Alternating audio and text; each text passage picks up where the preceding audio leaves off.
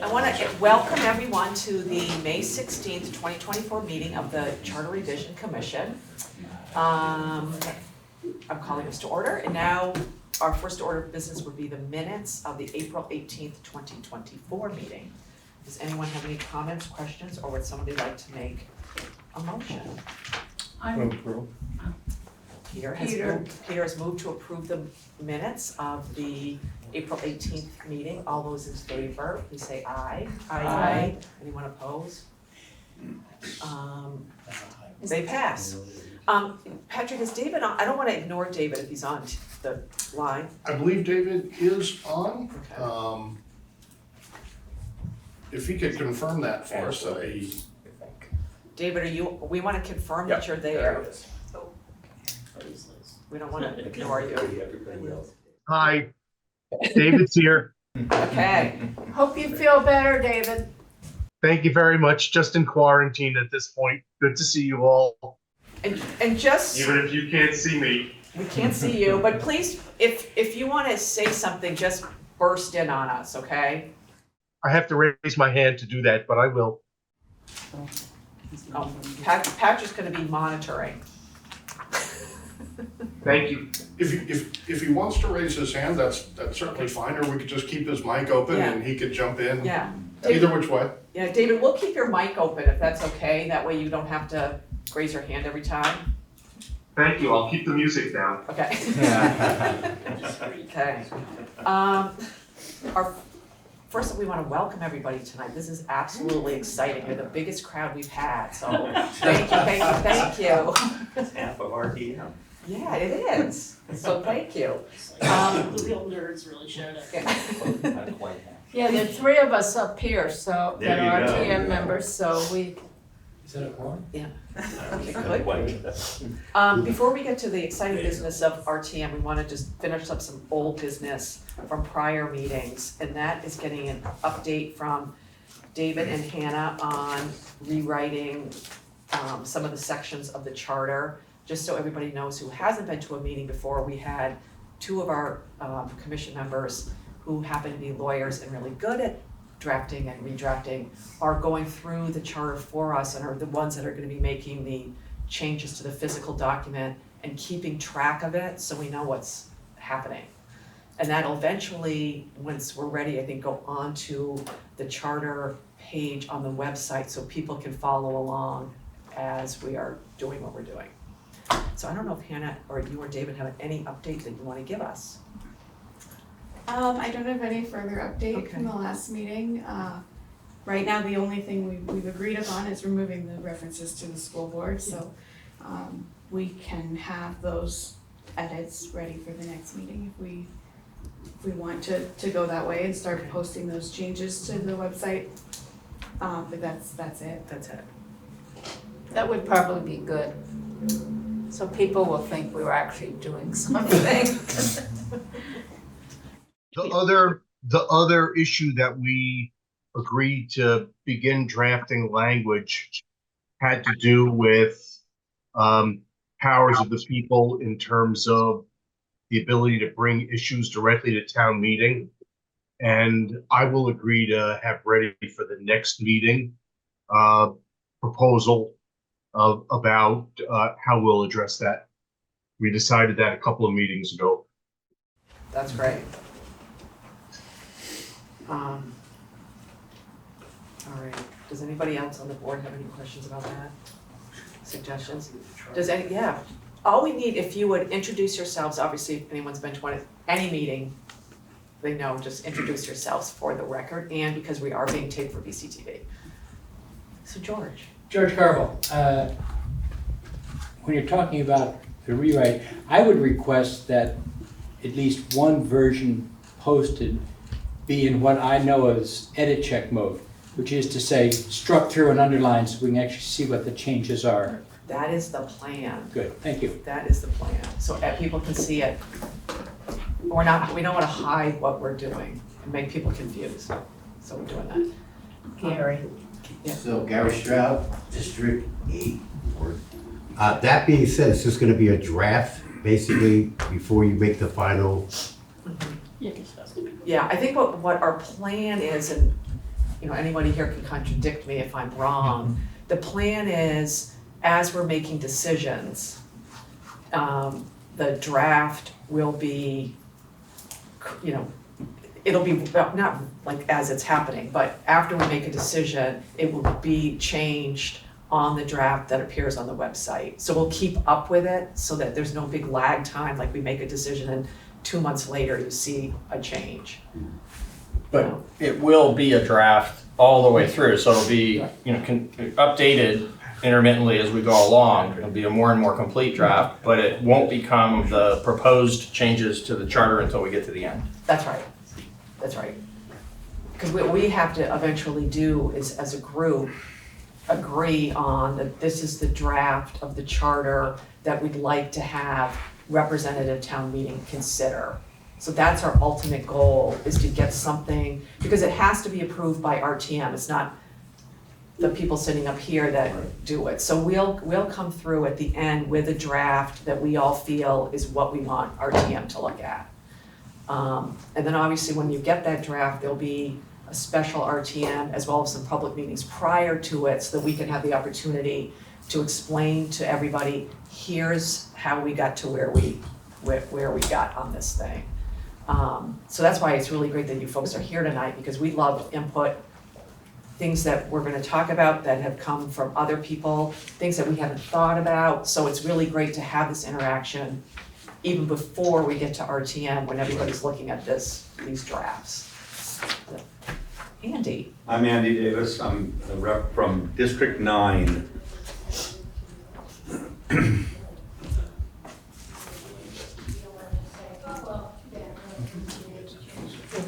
No. She just wanted people to introduce themselves. Oh, I thought you were having a really good moment. I thought she just wanted everyone to introduce No, themselves. before you speak. Oh, before we speak. No, I have nothing to say. I will though. Which is unusual. I was gonna say, you're our favorite speaker so far. And if, can you sign in, please, when you come in, if you haven't signed? So Or that. sign out too. Where are we signing in? It's over there, Molly. Yeah, and you can do it on your way out too, if that's easier. It just Maybe I said- will make a comment, Yeah. so I have an opportunity. Yeah. At some point, well, I was on the steering committee, and we looked at a lot of the language in here in the charter for the RTM, and there was some inconsistency of how even members of the representative town meeting are referred to. Have you looked at trying to make the language more consistent or find a rationale for using different language? I can't think of an example now, I'll find them. We haven't edited anything yet, but we will be. Yeah, and that is on our list, to look at how what the pronouns are that are used, you know, and little inconsistencies like that. I noticed the charter now refers to up to 140 representatives and youth. There's a separate, is that since the youth thing came into being? Was that a change that had to be put into the charter? Yeah, if you notice, the Elected voters and youth voters, Yeah, it now says. the orange thing that you have was amended June 27th, 2023, Okay, and that is since the youth vote came in. that's nice Yeah. to see that in there. Yeah, so that's actually, so that change is in the current charter, so we don't have to do that. Yeah, I know. Oh, under 50. Yeah. Okay, so I'll do a quick report. Peter, Denise and I went to the last select board meeting just to give everybody an update on what we're doing. It really was quick, it was 10, 15 minutes. We just updated them on what we were doing.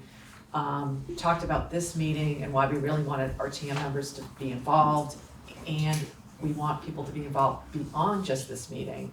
And I think they asked us some questions about what our plans were, but it was a nice opportunity to advertise. Do you folks have anything else? So, and as Maya said, there was an article in the Reformer about it, so hopefully people read it. Now we'll go on to new business, which is the continued discussion of representative town meeting. And You're gonna go through this.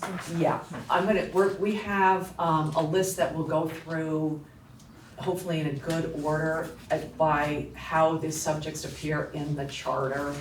I do wanna just preface the conversation with, this is our second conversation about the charter. The first conversation we had was the representative town meeting structure, the open town meeting structure, and sort of what are the differences between the two and what do people think. We as a commission have not made any decisions about RTM yet. We didn't come out of that meeting saying, hey, we're gonna recommend continuing representative town meeting. We didn't come out of a discussion saying, hey, we're gonna recommend open town meeting. So that is still out there. And I just want people to know that as we go through some of these issues, because they are directly related to RTM. But I just want people to understand the ultimate decision of what we recommend based on what we hear from you on that decision, or that sort of concept hasn't been decided yet. But we want to go through all of this to get people's opinions and have that part of what we think about. I have other ideas, which I'm gonna wait until after we go through this discussion to talk about how we move forward with the RTM discussion, but I'd love to go through what we have now. And I don't know how many people have the material that we're talking about. Does people have this memo? Well,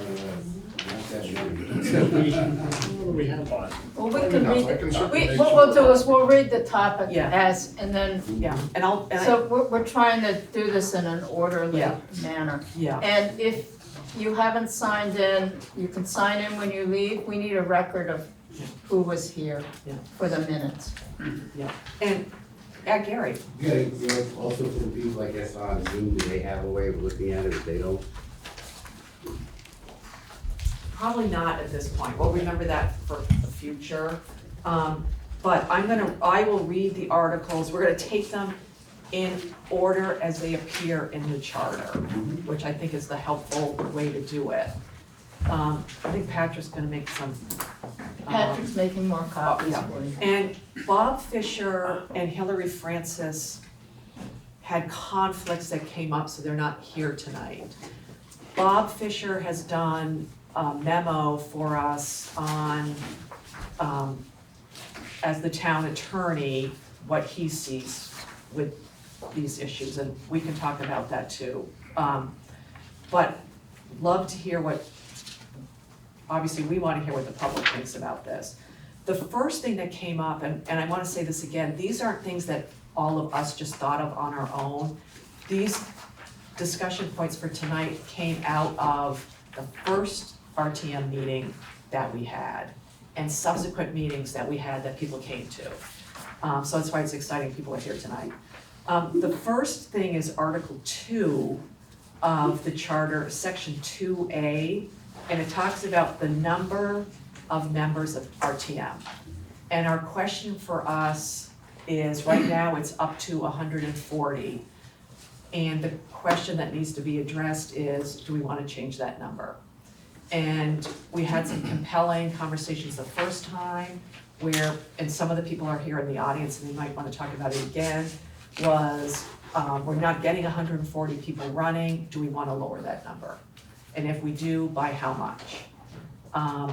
So that's why that topic is on our agenda tonight as something that we need to eventually decide what we want to do about that.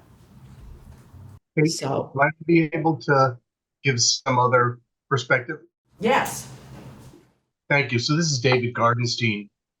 At the last meeting where we spoke about representative town meeting, one of the counterpoints that we considered was whether we wanted to consider the possibility of switching from a representative town meeting to an open town meeting structure.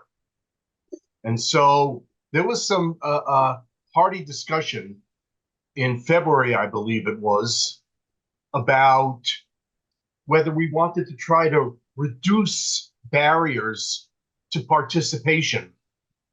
And it wasn't one of the topics that I had introduced. I had introduced the topic of maybe switching to open town meeting rather than representative town meeting where people have to be elected. But there was suggestion that removing barriers to participation would be an objective that we should aspire towards, and that lowering the number of seats would not be consistent with that objective. Yeah, good point. Oh, Craig. I don't think do we need to get up or? No. You can stand, but you don't have to come up. Oh, great. Voice Fantastic. could project. Hi, I'm Craig Miskovich from District 7, and I've been a representative town meeting representative for 20 years, ever since I moved to Brattleboro. And I love town meeting, and I want to see it preserved and strengthened.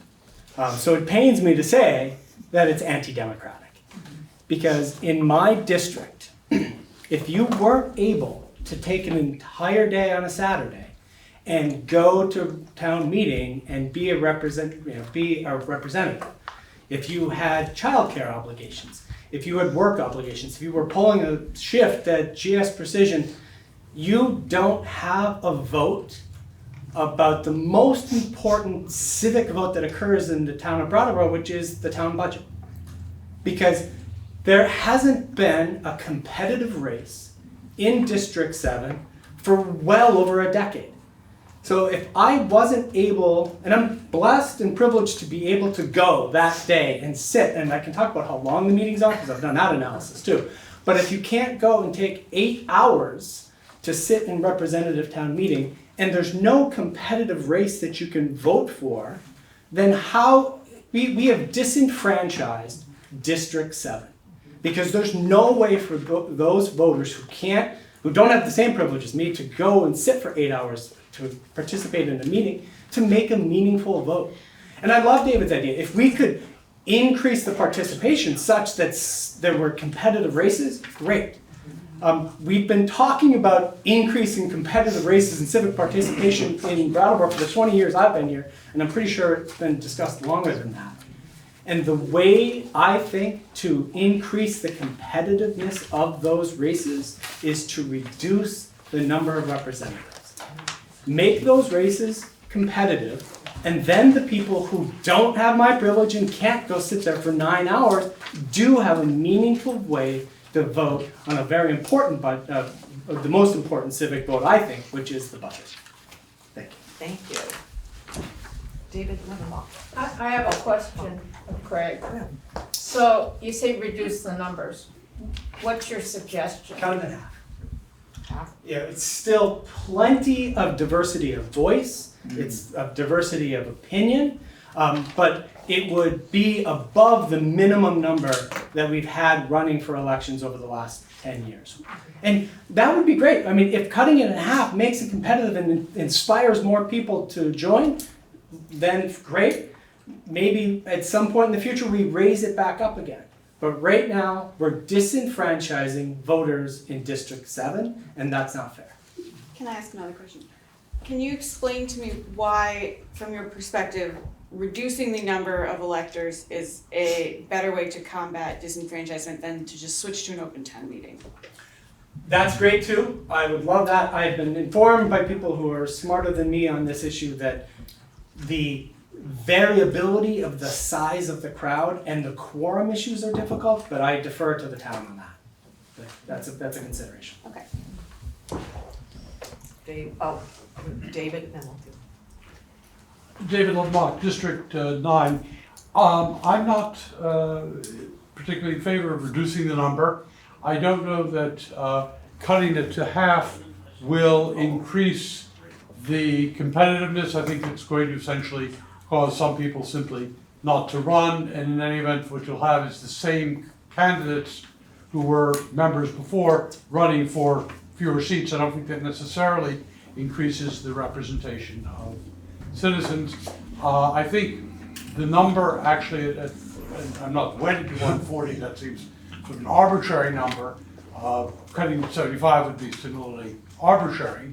I think the larger the number increases the potential for diversity. And I'll also make the observation that I don't think we have longer meetings because of the size of the body.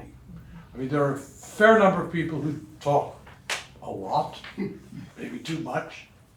Lots of people don't talk, so the numbers are not increasing the length of that meeting, I don't believe. Thank you. Thank you. I think Margaret was next. And then we'll go this way. Yeah, so I'm gonna just ask the unpopular question. So Margaret Atkinson, District 8. Have you considered having a different kind of sort of maximalist participation structure and offering the budget and the town officers on the normal town meeting day by Australian ballot so that all the registered voters of the town could vote on the issues? And that would be, scrapping the hallowed and ancient representative town meeting. But if your concern is, people can't come to an all-day meeting, people have a hard time showing up to vote too.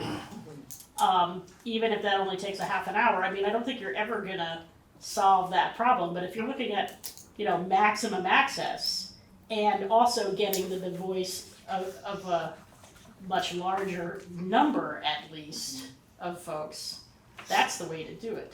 It removes the traditional deliberative romance of Vermont from this town. But I mean, other places do govern themselves that way.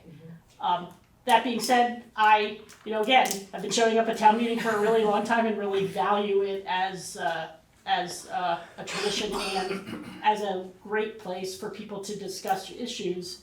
But it also has some limitations in that it's the end of a long process that I think frustrates people. So that, what you can do on town meeting day as a town meeting rep is maybe amend something or vote it up or down. I think the frustration people have is that the long process of developing the articles that are offered each year is a long process that requires showing up at meetings like this time after time. And that really does mean that a self-selecting group of people who are gonna commit to that have a voice in that process. And that's the real governance of the town. It's not town meeting day, it's all that.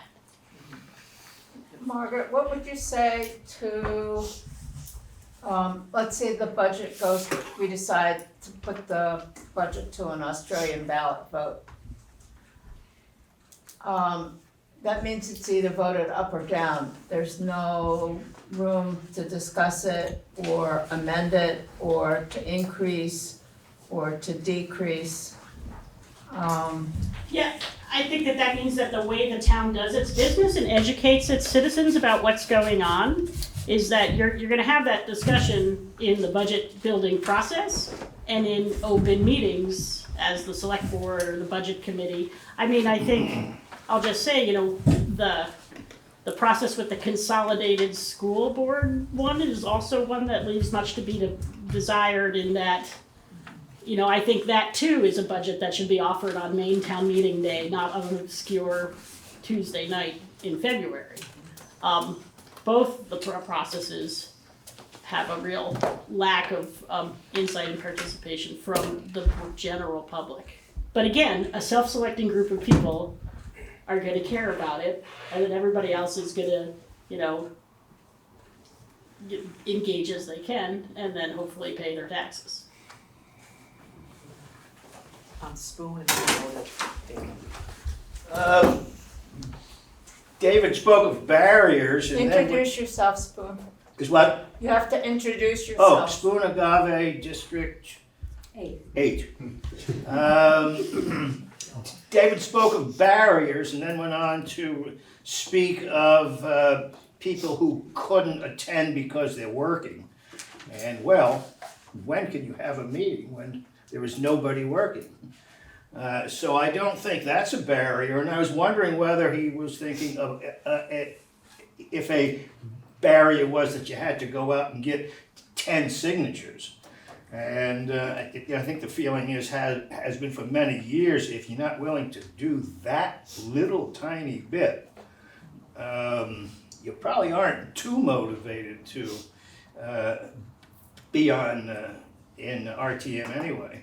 So I don't see any barriers. I've been a member for 25 years or so, and in the earlier years, you might get 15 or 16 people running for 14 seats. And in the recent 12 or 15 years, there's almost always vacancies, which is to say that pretty much anybody that would like to participate can. There's almost always a seat.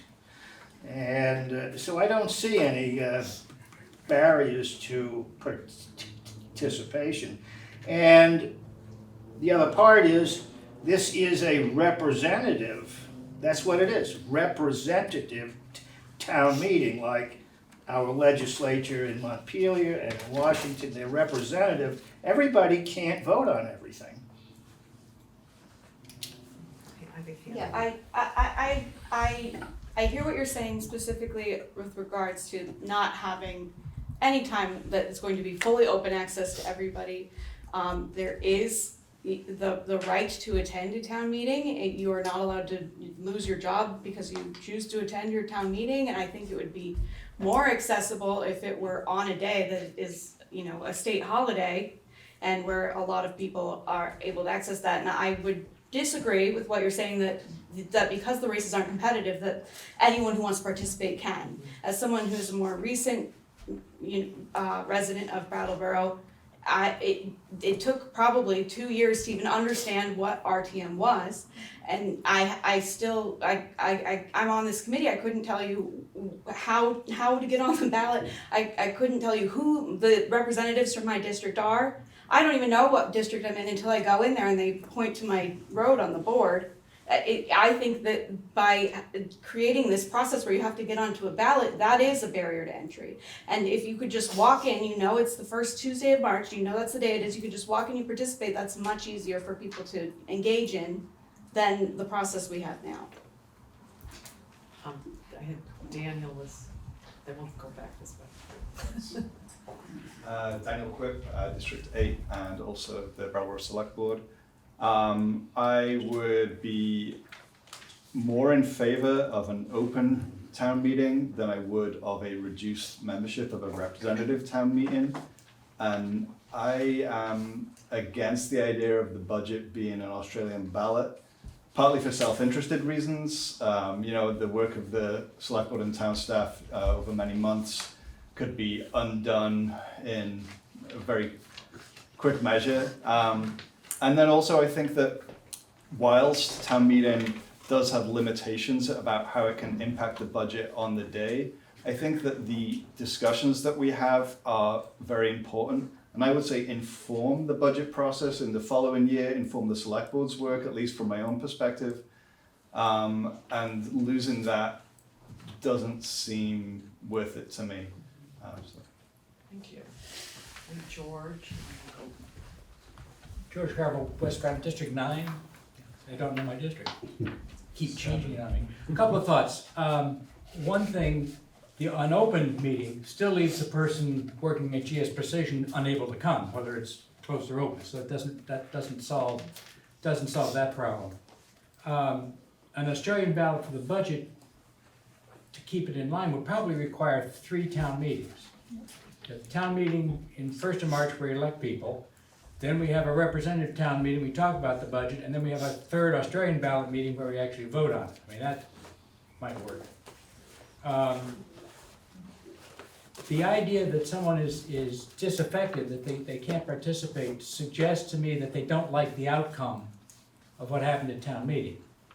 I mean, if they like it, then they're happy with it. If they feel disaffected, it probably means they don't like it. But there's a mechanism. If you don't like the way town meeting voted, there's a way now to circulate some petitions and put it on Australian ballot. So anybody who's disaffected has a route to get that reconsidered. And my last thought was that The number of vacancies in the town meeting member list, I think, is more a symptom of frustration among the members that they don't really seem to have any real say in what happens. I've heard people say they feel like it's a rubber stamp. The decisions have already been made by the select board. Maybe something like line item veto or line item budgeting might open that up. Yeah, oh yes, I'm sorry. Andrew Davis, District 9. So, I think that according to state law, our select board is our legislative function, not the representative town meeting. And I found that's a misunderstanding that some people have. And according to the charter, the RTM is a guiding body for the town, a source of ideas, proposals, and comments elected by district, etc. It exercises exclusively all powers vested in the voters of the town. So RTM is not a legislative body where political parties might begin to function. It's basically a group of motivated voters who want to make, I think, over time a commitment to learning more about the function of the town. And I agree completely with another speaker who talked about this is one of the most open legislative bodies on the planet. If you don't do any petition, don't do any work, you can show up at one of 2 or 3 caucuses for your district, and there's almost always seats available. So it's a very open thing, and it's, as the charter says, it exercises the powers vested in the voters. It's our our select board that creates and puts forth the town budget. And we do have competitive races for select board. We could have more, but we already can vote for someone who's more conservative financially, somebody who's more liberal and wanting to start new programs for the town, and that happens at the select board level. So I think that's all I'd like to say. I think that the 140 number is fine. If we get 100 of those people, that's a good number at an RTM, but we're basically the public. And I think it's a very permeable group to join in, and thank you. This is me being a nitpicky lawyer, but I believe Bob Fisher clarified this for us in a previous meeting that the select board is an executive body, it is not a legislative body. I'm gonna look it up, because when I was on the steering committee, the select board, oddly, for some, serves as both legislative and executive. That if someone wants to start a new source of income or a new program in the town, it comes from the select board. It doesn't come from RTM.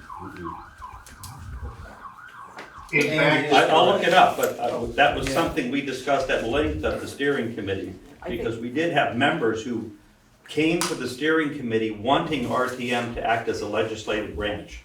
And we looked into state law, and RTM is not a legislative branch. In Vermont. In Vermont, but we're in Vermont. David wanted to, David? I was just gonna say that select board, in fact, serves as legislative, executive, and quasi-judicial. So, and I see Peter's nodding his head, so I'm glad he agrees there. It serves all different roles, depending on the hat that the select board is wearing. And I'm not going to speak more about whether the town meeting is or is not a legislative body at this point. It does say in section 5 of Article 2, on page 3 of the charter, it says the select board is a legislative body of 5 persons elected at large by the voters of the town. Select board directs the affairs of the town within the areas specified in Article 4 of this charter. And we will be discussing the select board at some point down on our agenda. probably this fall. So that's going on our list. Did you want to say something? Yes. Yeah, I'm Christina Shayane. I think I'm District 8 and I'm an RTM member, and I don't think that cutting the numbers of RTM members would make it accessible at all. That just doesn't make any sense. So I hope you're not strongly considering doing that, but I'm curious if you are.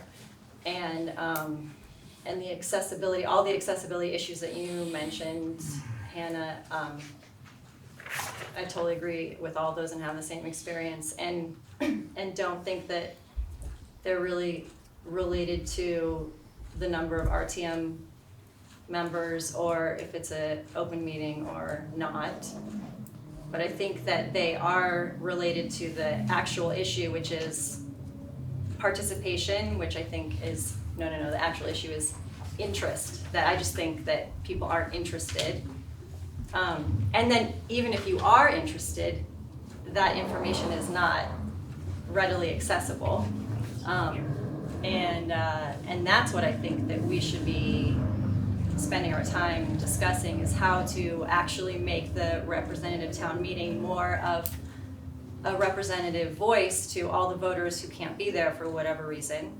And I would love to see something where an RTM member actually held some kind of meeting where their constituents came and they discussed all of the things voted on at RTM. And I also just want to say that I found it very, very accessible to become an RTM member. I had no idea what RTM was until 2 weeks before the vote and got on the ballot. And even when I was at RTM, there were so many empty seats that you could just bring your friend day of and they could become an RTM member. So it is really easy to become an RTM member. You don't even have to know what RTM stands for. I don't think that's the issue. I really think it's interest, and that's part of the big experiment of democracy, is that most people actually don't care enough to be involved. And so I just really hope you don't cut the number of RTM members or switch to an open meeting, because I wouldn't give up on this yet. Or not an open meeting, but yeah, is that what it's called? A public? Yes. Yeah, Open okay, meeting. thank you. Can I ask you one question? Sure. And you can say this, I don't think this is too personal. Like, how did you find out about RTM? Because you said you found out, like, was it a friend? Yeah, I found out through someone who is an RTM member and saw that I was the kind of nerd that would want to be involved in town government. Okay, that's good. That interest. I think we've just got Molly, Daniel, and Gary, then we'll try to move on. Then Molly's been waiting. Thanks for having this. I'm here because I really care about town meeting, and I've been a town meeting member since 1990, 34 years. I only missed one when I was sick. So when I first ran, the races were very contested. I mean, there were no empty slots. I'm not in favor of Australian ballot because I believe that the discussion is really valuable, and all the different points of view that are brought up, the things you might think you're going in thinking one thing and then you find, oh, well, I hadn't really considered that. So I really value the discussion. I know sometimes they go on a bit, but the last meeting was quite good. We ended in a reasonable time. I know that I just saw Jeanette White right before I came here, and she said that Frank Bryan, the sort of dean of town meetings in Vermont, said that if you, with an open town meeting, that you're going to get the same number of people. You're not going to get any more people then. And I agree with all the people who said before that there's, if there are open slots, you can come in, you can show up the day of. I think, and it was just alluded to about educating people more, getting it out there. I love the idea of having little neighborhood gatherings before town meeting. I think that's a really great idea. I think that's all I have to say. So I'm really not in favor of of cutting the number, and I'm not in favor of Australian ballot, but I think that we can improve participation, and also, yes, getting people excited about it, telling people, telling your friends about it is the way to go. Thank you. Thank you. I'm gonna go to Millicent since she hasn't said anything yet. Then we'll go back to. Hi, share the video. I'm unable to share my video for some reason. When We I can click hear on you. it- Okay, so I'll just talk. Millicent Cooley, District 9. I'm currently undecided about whether I think it should be open or representative. Still kind of like listening to what people are saying, and I think it's complicated. I would like to see it be more competitive to be an RTM. I'd like to see more clarity around the obligations for being a representative, with maybe some kind of consequences for not doing those things. I would also agree with what people were saying about having it be as accessible as possible. I don't think it's easy to understand for an outsider, new people coming to town. I would like to see greater shared understanding about the people who live in the town, because even if, one way of representing people is by having them come to meetings prior to and listening to them, but another way of understanding is having general shared understanding about like what are people who lives here, and a lot of knowledge about people who live here.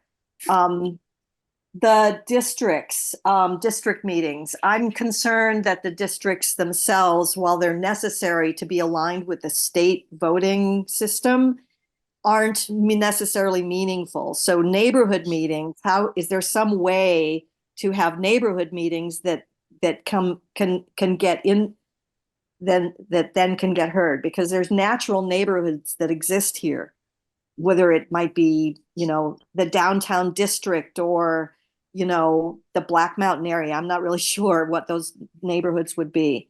But the district meetings themselves feels to me like it's a necessary system, but it's not one that people with common concerns come together. It's not something that is natural to relate to. I'm throwing out a bunch of different things. And the question of Australian ballot, I do agree that voting on the budget by Australian ballot doesn't make sense to me. However, I do wonder if it would be useful to have Australian ballot on specific issues more often. On specific, not the whole budget, but like specific things. And I don't know, I can't think of an example, but yeah. I have I've been concerned about the term representative town meeting. Like, I'm an RTM member. I've been an RTM member since, about 4 years. I moved here 5 years ago. And it doesn't feel representative to me. And I'm interested in what Andy Davis said about being a bunch of concerned citizens. And I wonder if it's really a question for Andy, is if we didn't call it representative, if we had a different name for the role, would that satisfy what he's suggesting? Yeah. Do you want an answer, Millicent? Yeah, sure. Mm-hmm. Well, I don't have a problem with represent. We were elected. I don't like the phrase concerned citizens. That sounds a little too ad hoc. I think we do represent, even according to the charter. We have the powers of the public. We're elected by the public and we represent the public, not in the sense of a legislative district where, political parties do come into legislative work. Fortunately, that's not very much the role in Brattleboro, but if it was going to turn into a legislature, then we would really need to have more of a year-round structure initiating ordinances, talking about funding sources. And we really are advisors. We're the public coming in, and I don't like the term rubber stamp, but we do offer ideas and suggestions, and there has been a tradition in this town of the select board, even though we can't change a line item. I think the tradition has largely been that the select board has honored a strong set of feelings from RTM as representatives of the town to take a certain course of action with regard to the budget, even though the select board is not required to by law. I don't know if that's an answer, but that's as close as I can get to an answer, Millicent. Thank you. Are you okay now, Millicent? I don't want to cut her off. Oh, she would. I want to go to Marta. Marta hasn't spoken, then I'll go back to. We'll go back to the people who haven't want to give her a chance. Hi. So I'm still kind of observing because I do think that an open town meeting is generally more democratic, but I'm trying to square that with the fact that representative town meeting, as I've gotten deeper and deeper into it, seems to really, it speaks to me as a way of being able to dig in. And I'm just for background, I didn't really know anyone who was in representative town meeting, and I read, I think, an article or an op-ed in the Commons of the Reformer that just described what representative town meeting was in these great terms and kind of said, look, this is one of the most perfect forms of democracy and here's why. And I can't remember all the reasons. I'd love to find that article, but I just read the article and went, I'm that kind of geek. But I'd missed the deadline for election. And then I found out that my neighbor was an RTM member and he brought me in to caucus me in that first year. So, I mean, I think that those kind of articles in the newspaper probably can reach more people, especially if those of us who are passionate about it can write in and talk about why we like it, what the frustrations are, and just, how we feel about our town, our town's form of governance. But also, one of the things that has been helping me square more with being more on the side of RTM than an open town meeting is that RTM members run for 3 years. And I think it really does take about 3 years to watch and participate in the conversations each year and get deeper and deeper into how things work, the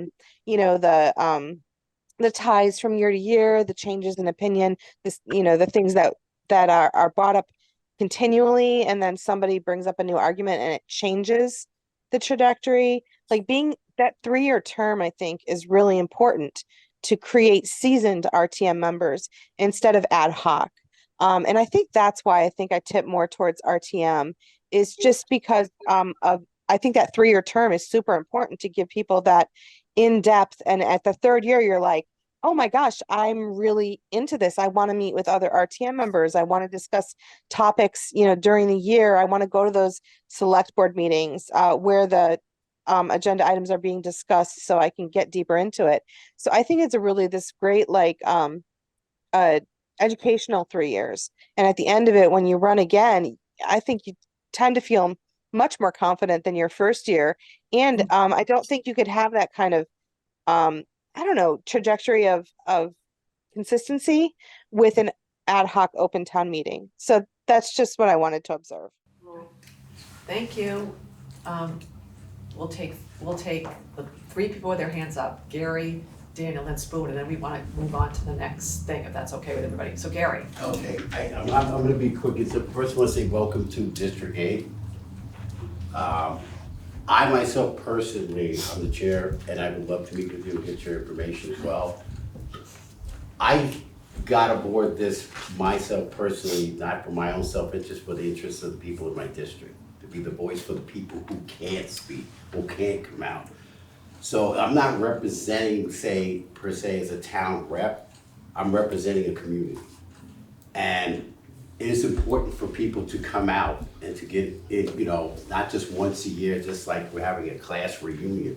I would like to meet people every day, and I do see people out there every day, and discuss town issues. They come up to me, I'm approachable.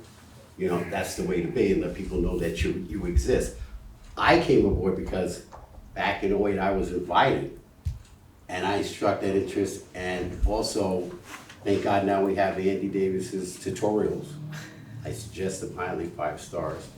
To get educated, knowledgeable about that. And that's like anywhere you go, if you want to get involved, is to first sit in, ask questions, you know, and that's how you got, and I think you were in there when we had our caucus. I think you were there that time we caucused you in. And it's important to know how the process works. So I think educating yourself first and say, hey, is this for me? Is this something I'm passionate and on fire to do to make it happen? And I think it's important that we do need that 140, because you get that diversity of people that are in this town and all over that are coming up who might have been in other, you know, town offices and stuff that might want to bring that in, that diversity, or DIE, you know, that, you know, you want that. Because after a while, at some point, I'm sure Andy and us want to pass that torch on. John and Tom and say, okay, for the youngest, come on, get aboard this. So I'm definitely for the 140. But I think we, as representatives and voices for the people, want to meet more rather than just once a year. And that's probably the reason why there's not that much interest or lack of. And then having that retention to bring ones that might have got a bad taste left in their mouth, and, you know, try to bring them back in and help educate the newbies that are coming in, the seasoned people that have been in there. As far as the Australian ballot, I'm still on the fence with that. So, but yeah, it's great that you're aboard. I'd like to get your email at some point. I'll send you Andy's tutorials. And I tell you, you'll learn a lot. And any questions, please feel free. And I think that's what introductions of people new and old that are here, getting to remember that we're not meeting once a year for a jamboree. We're meeting to represent people. You know, and I think that's important too. That's something we should consider. Thanks, Gary. We'll do Daniel, and then we'll have Spoon. Thanks. I wrote some notes because I want to make sure I'm clear. I would, so Daniel Quip, District 8, and I'm really speaking as myself. This has nothing to do with the select board. I would question what we currently get out of a representative form of town meeting. In some ways, we actually have a quasi-open town meeting because people have already spoken to how easy it was to get involved once they'd met a couple of hurdles, right? So why not just pull those hurdles out the way? And I would imagine we would have a similar number of people showing up. Maybe there would be a core of people that show up every single year, just like how at select board meetings we have a core of people that show up every single meeting. But people's level of interest on topics fluctuates depending on the topic. That's totally natural and normal. It's not a bad thing. There are topics that people are more interested in. And people will come in and out of town meetings year by year, depending on what's going on in the town. So I don't hear a lot of good reasons for why we should continue to have a representative form, especially when we know it places some small barriers in front of people. We have a lack of competitive seats. I don't want to see us continue with the representative form, but like really reduce it. That just seems a less democratic way of doing things. And I would want to kind of put it out there that we should like question why we wouldn't want it to be open. What are we worried about? You know, do we think that the people that did just enough to like take out a petition and show up at a caucus know better? I worry about that thought, and so I'll leave it at that. Thank you. Spoon. Spoon Agave, District 8. One, I would like to recommend at some point that that this commission make a recommendation to the school district to do a much better job teaching civics. Perhaps requiring a student to go to, all the seniors to go to a town meeting and see what's going on. Every single comment or point that was raised is all in one form or shape or another. Has to do with an expression of how to behave democratically. And that's a really complex issue. You're into something So I'm suggesting that you let this go, leave it as it is, do all the rest of your work as a commission, and get past what you can, and then go back, reconstitute, restart, or just continue on that focus of RTM. You could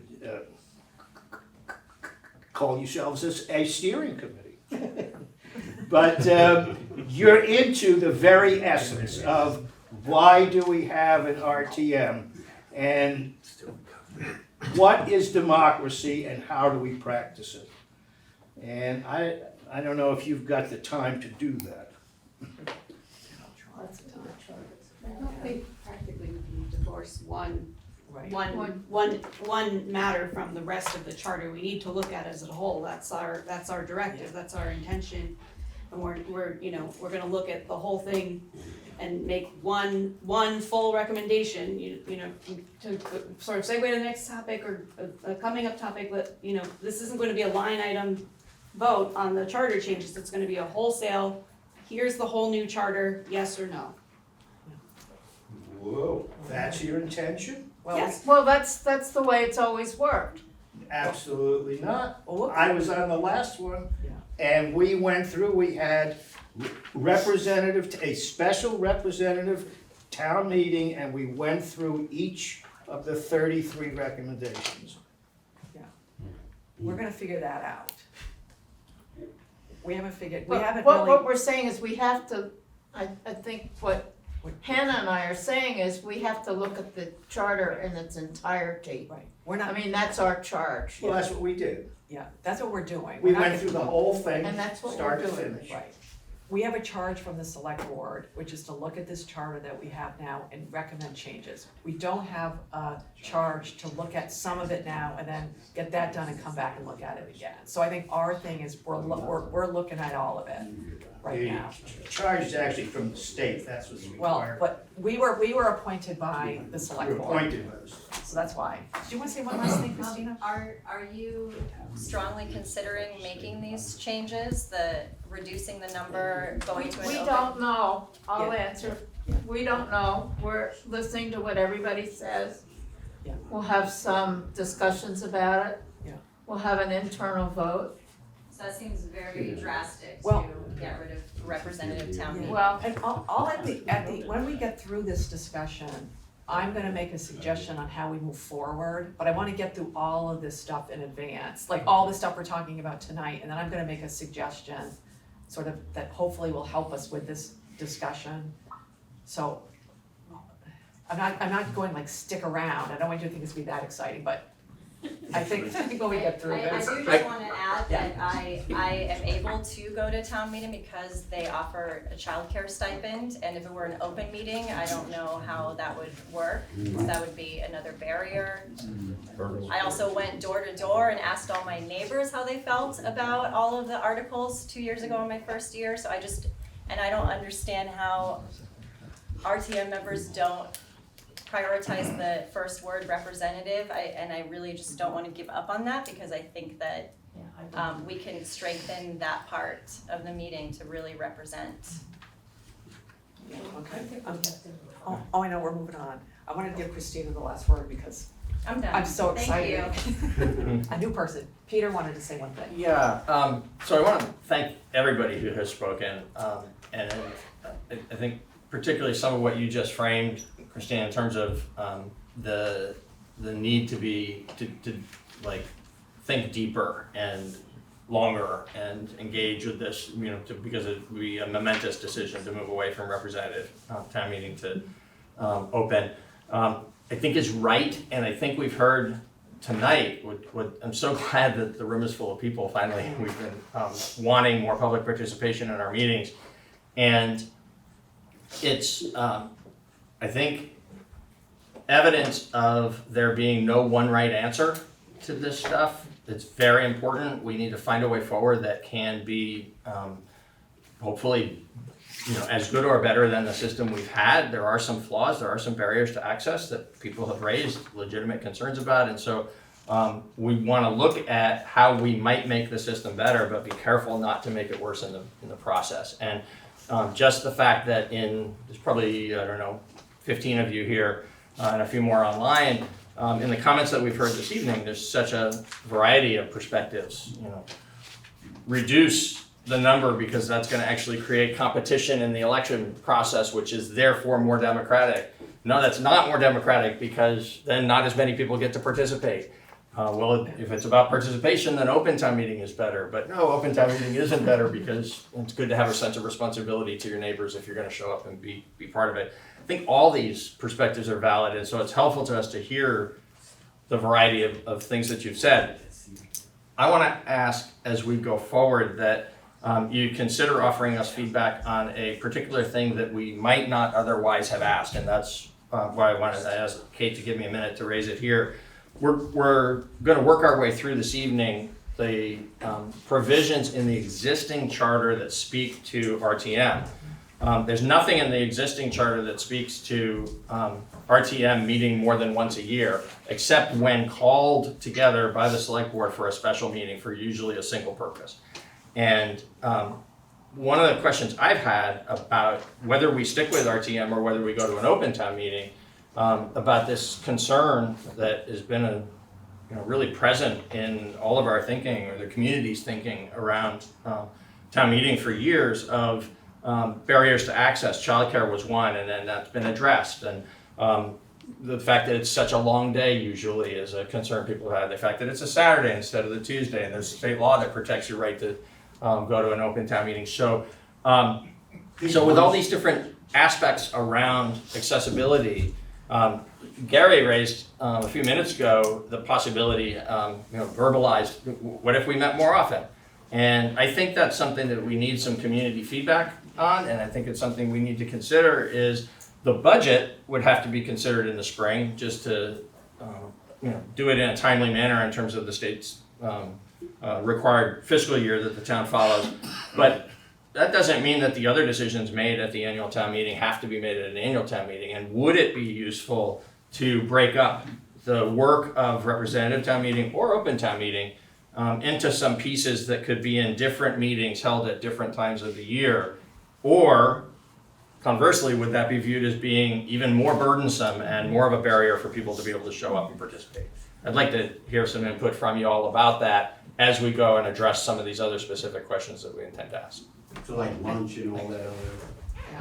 Yeah, and just know that this is not the last discussion we're having on town meeting. This is like probably gonna be the thing we have the most discussions on. So that being said, let's move on to, I think some of these aren't as exciting until we get to the last one. The next one is section 4A, and it talks about ex officio members. So they're people who aren't elected by the populace who are RTM members based on their role in the town, which is the town treasurer, the town clerk, the town moderator. Town moderator is actually elected. Then the school board members who we are taking out because we no longer have Brattleboro school board members. Everybody serves at large, so that reference is being taken out, and state legislators. So the question is, do we want to have the town treasurer, town clerk, moderator, and state legislators have voting rights in RTM? One of the issues that came up with this also is we know the moderator is from Brattleboro because that person is elected, but there's a chance that the town treasurer and town clerk are not Brattleboro residents. Bob Fisher, gave us it's really a policy matter. There's nothing that says anywhere by law that these people have to have voting rights. So that's just something is it important to us? What are we thinking? I think your point that the people that are employees of the town that don't necessarily reside in town, that's a very good reason to remove those people, and that is also what Bob recommended, and I liked Bob's recommendation that the moderator be a tie-break only vote. Yes. Yeah, and I would leave the legislators voting since they are residents of the town. And they represent everyone in the town. Yeah. And Spoon is open. somebody.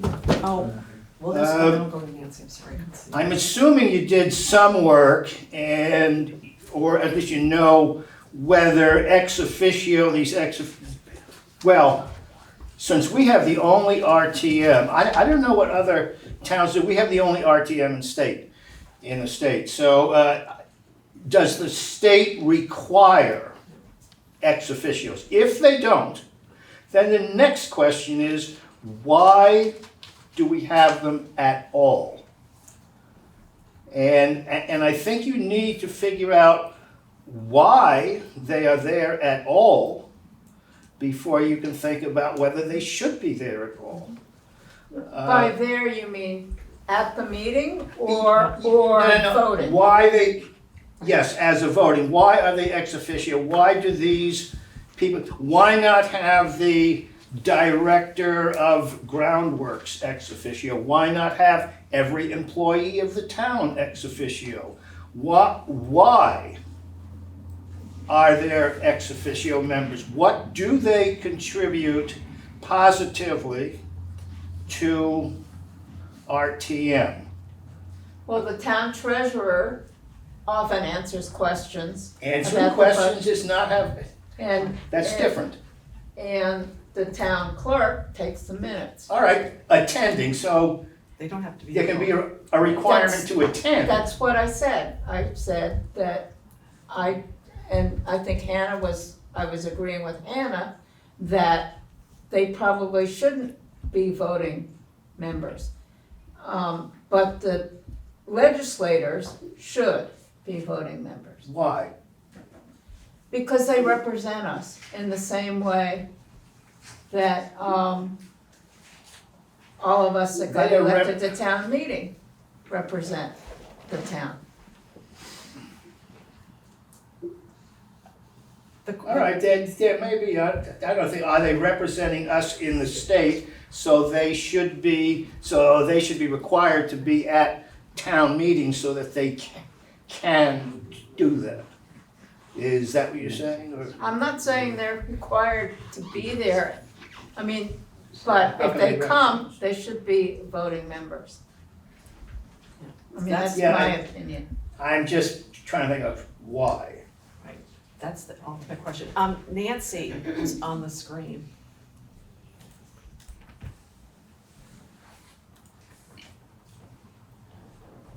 Oh, it's not Nancy, it's Frick. You fooled us. Can you hear me now? We can. Okay, great. I've been struggling with technology all evening here. Thanks for finally getting to me and me finally figuring out how to, actually, Nancy was the one who showed me how to unmute. I do have some minor things to say about the ex officio members. I also am going to have to skip out for dinner shortly, and hoping that you will indulge me on a couple other quick things here. As far as the ex officio members, I don't think it makes a whole lot of difference one way or the other. I think there's some good arguments for not having them be voting people in some cases. I have been in situations where the ex officios were in such large number that, in terms of sending delegates to national conventions, where they were kind of an overwhelming number and skewed the results pretty significantly, and that was concerning.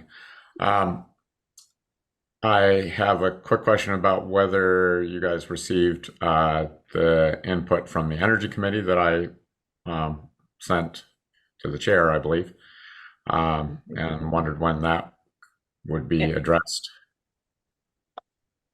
We're doing committees at our next meeting. I have to. Okay. We'll I'll let see you you at the know. next. Yeah. Okay, great. And as far as the process of the charter change, my understanding is just like with the select board, which is a very well-researched but advisory role in terms of the budget. My understanding of your role was that you were going to thoroughly research the charter and bring your advice to the RTM for us to go over in detail as we did last time.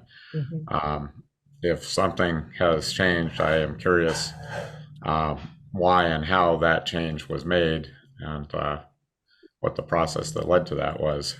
I think that would be a dramatic change, as even more dramatic than losing RTM. Let me just, I don't know if I understand what you're saying, but this commission is going to make changes, recommend changes to the charter to RTM, and RTM is going to decide. In my mind, we had a brief conversation, or a conversation when we first got together with how we're going to present that, but we really haven't had any detailed discussions about how it's going to be presented to RTM. But our process is it's definitely going to RTM. Right. And my expectation is that we will go over it. We will go over it line by line and decide what. Yeah, and we have literally, I think it was a year or so ago, where we had a conversation with, we have to figure out how we're gonna do it. We haven't made any determination on how we're gonna do it. So I don't want anyone here to get all panicked about the process moving forward, because we haven't gotten to So that the process last time was, it was a town meeting with moderated by our moderator. That's what's gonna we happen. voted on every little bit of it. Yeah. Franz, Frick, yeah. I take a shot at it. Yeah. There's been some confusion based on some, in the earlier part of the evening, in response to a suggestion that a piece of work be set aside.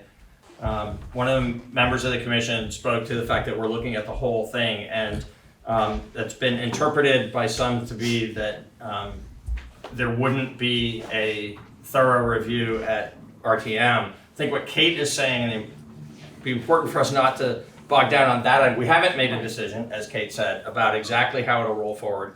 We totally understand that it is required by state law that the RTM has the authority to decide what gets sent up to the legislature, and we respect that. That's what we want. We view our work as digging into the details, as somebody said, and bringing forward the recommended changes so that RTM can decide.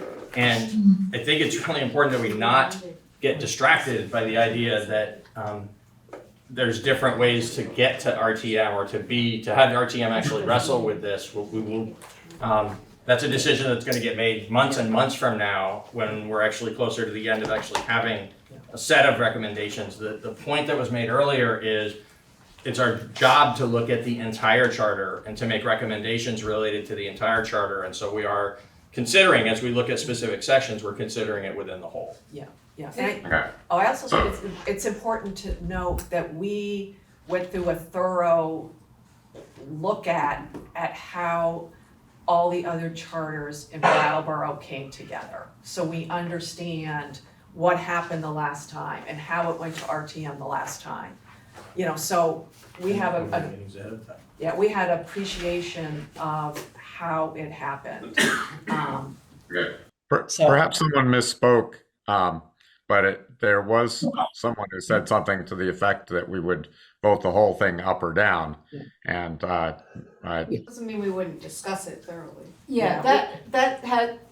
I said that, but it doesn't mean that each section wouldn't be discussed. It's just that if you reject part of it, it has to come back to us to look at changes. That's absolutely not the way it worked last time. I think what I would love, hey Frick, for a second, I actually think we should stop going down this path, because we're going down a path that we're not ready to go down through. I think we should focus on these things that we need to get through tonight. And then we'll have another conversation. I'm gonna talk at the end of this meeting about two things that I wanna talk about, which is how we move forward with the RTM discussion and how we move forward with getting this from this commission to RTM to the legislature. So we'll have, I just wanna, if we can hold off until I can talk to the people here that when we're gonna put this stuff on the agenda. Cause I have thoughts that I had coming into this.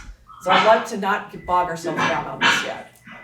Okay. that okay? The last thing I wanted to get in is I just felt like Marta really, and perhaps Spoon, really spoke my mind in terms of the value of RTM as it is now. I think Churchill said something about democracy being the worst form of government except for all the others, but the fact is that my experience of RTM is that it is the best, some of the best deliberations I have ever seen. And actually, I enjoy it thoroughly. And I feel like that 3-year thing and choosing to go to the trouble of getting elected means that and the fact that there are, most of the seats are filled, or all of them by the end, means that people are really choosing to be there and choosing to make a longer term commitment. Whether or not they're competitive races, I don't oppose that. I think that's not a bad thing in a democracy, but I think, the fact that we have close to the number choosing to go as there are slots means that there's really good access to it, and it really is accessible within reason. We all have limitations, of course. I've had limitations in terms of what meetings I can show up for and not. This is a stretch to be here, but I'm here for the moment. Anyway, so that's my feedback on that. Thank you. Oh, yeah. Well, I just want to give a preview of that. Daniel, are you talking about ex officio? I am talking about ex officio officers because that's what we were talking We're about. gonna slam you down. A while back. Daniel Quip, District 8. Ex officio officers. I was kind of curious about Spoon's question. It made me think, which is a good question, right? And as an ex officio member of the meeting, I had a vested interest in thinking a little bit more deeply about it. And, I think that the treasurer and the town clerk, right, or the treasurer and the clerk of the meeting tend to be town employees. And Patrick is not a resident of Brattleboro. Patrick is not even an ex officio member, but I can guarantee Patrick will be at next year's town meeting doing some work. And so will our town treasurer and town clerk, who also happen to be our finance director and our town clerk. The other ex officio members, it's bizarre for me to imagine a scenario where the members of the select board or our state representatives failed to get elected as members of RTM and therefore couldn't vote at RTM. I'm sure there are some people that maybe would like it that we couldn't. But I also know that there are many occasions where the members of the meeting are very interested in what the town select board and what the town representatives, what they say and how they vote on certain matters. And so I think it's important that those members are guaranteed to be at that meeting, and so they need to be ex officio members. But the clerk and the treasurer, because of how town government operates in Brattleboro, probably don't need to be. But it also probably doesn't hurt that they are, and the practice is that they don't tend to vote on matters, just like how the moderator tends not to vote on matters. And part of that too is though, if they're not Brattleboro residents, and there's nothing in the charter that says you have to be a Brattleboro resident to be an ex officio voting member. Yeah. On the question of the ex officio members who are elected by the people of the town already in one way or another, I think that I don't particularly personally have an opinion about the state legislator, or 3 state legislators and 2 state senators, although I think it's entirely appropriate that they participate as voting members. I don't have a strong opinion that they should, but I do have a strong opinion that select board members should be voting members as ex officio members of representative town meeting because of the things that have already been said about the role of the select board throughout the year, being elected already by the people, the perspective that select board members bring as elected officials of the town to the meeting. And I equally have share the opinion that's been expressed regarding the 2 staff members. I think the key thing about the treasurer and the clerk is that they are staff members. They may or may not live in Brattleboro. They certainly have their heart in the right place for Brattleboro, as Patrick does and other town employees do, whether or not they're town residents or registered voters in Brattleboro. But it has always seemed a little odd and sometimes a little uncomfortable, frankly, that a member of the staff who's responsible for being one of the neutral parties in the room, making sure that everything occurs in a fair manner, is actually ex officio as a voting member. And likewise that the treasurer who is offering expert input in the same manner as other members of staff when there's a matter that they're the right person to rely on for the information. That's right. They ought to be in the room for those reasons, but not. I've never really understood why it would be appropriate for them to be a voting member of the meeting. Yeah. And this could be something that happened 50 years ago, and it's just stuck in the charter. So, well, Margaret, and then we'll do Molly. So just a question about the school directors, just bringing it up as that's how I came to town meeting as an ex officio school director. Are there not folks on the new board that are specifically members residents of the town? Well, yeah, the issue is. So I'm just gonna say, so those Brattleboro resident representatives on the regional school board, why would you not want to include them as ex officio members to the RTM? Because my thinking is it might be good to have someone from that world in the room on the day when we're voting on the other half of the tax rate. Yeah. I think if we did it, we'd have to really clarify, because there is no Brattleboro School District anymore. I agree. And the wording would have to change. Absolutely. Because Brattleboro, I'll just explain it for people who don't know, we're not Brattleboro, Guilford, Putney, and Dummerston alone anymore. We're all together. Right.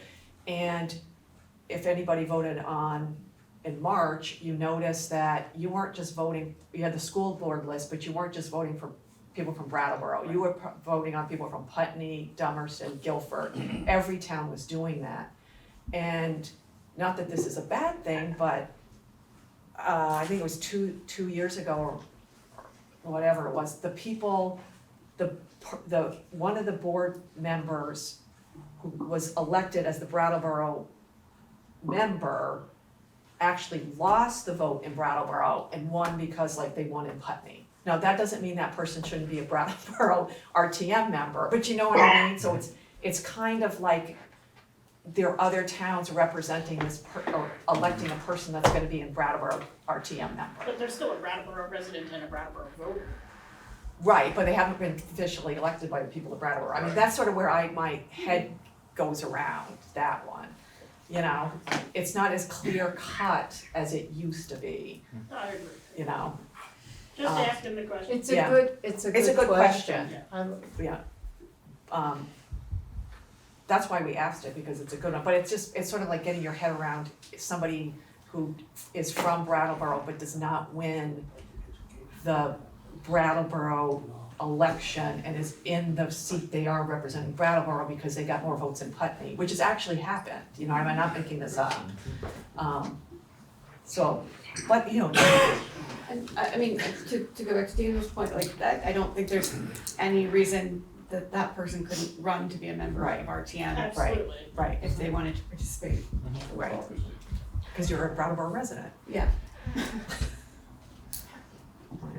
How do people feel about the moderator voting or not voting? I don't think the moderator has ever voted, but the charter gives the moderator the option of voting.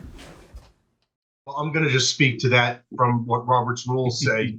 Robert's rules, and I'm the moderator, elected the last 3 years now.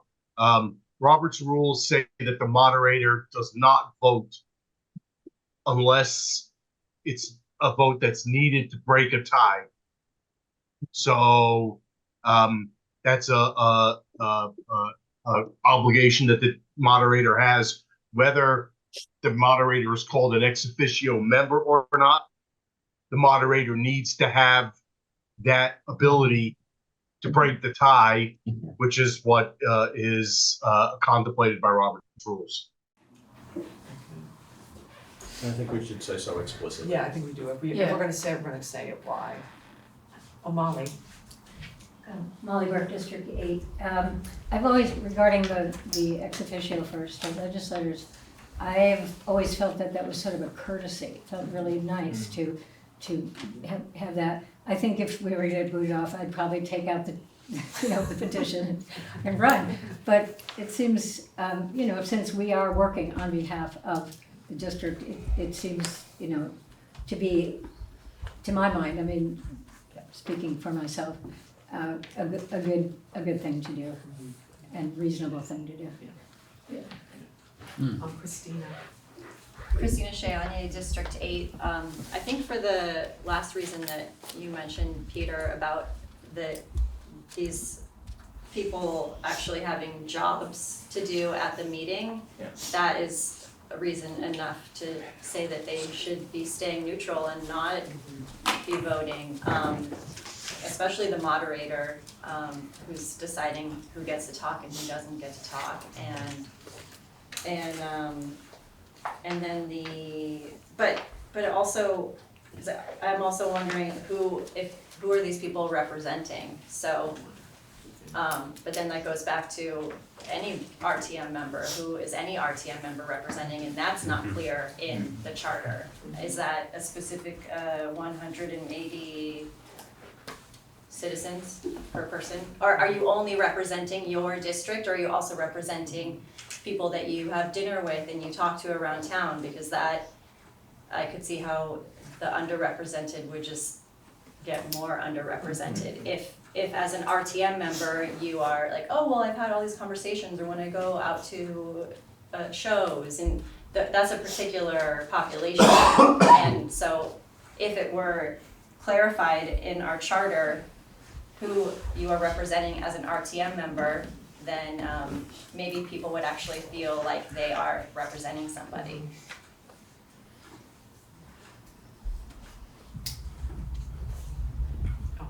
Spoon was next. Sorry, I was writing. We make far too many assumptions.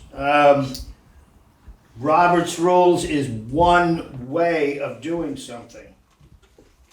And Robert's rules may be amended as we wish. So the idea is not who, but how is a tie broken?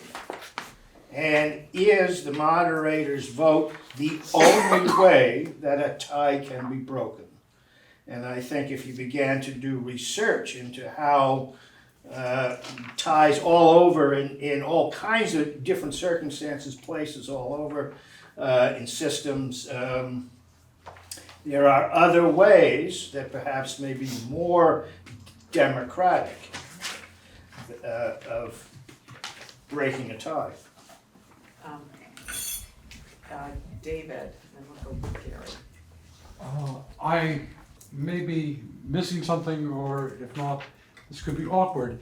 On the state legislators, that also applies to state senators, correct? Yes.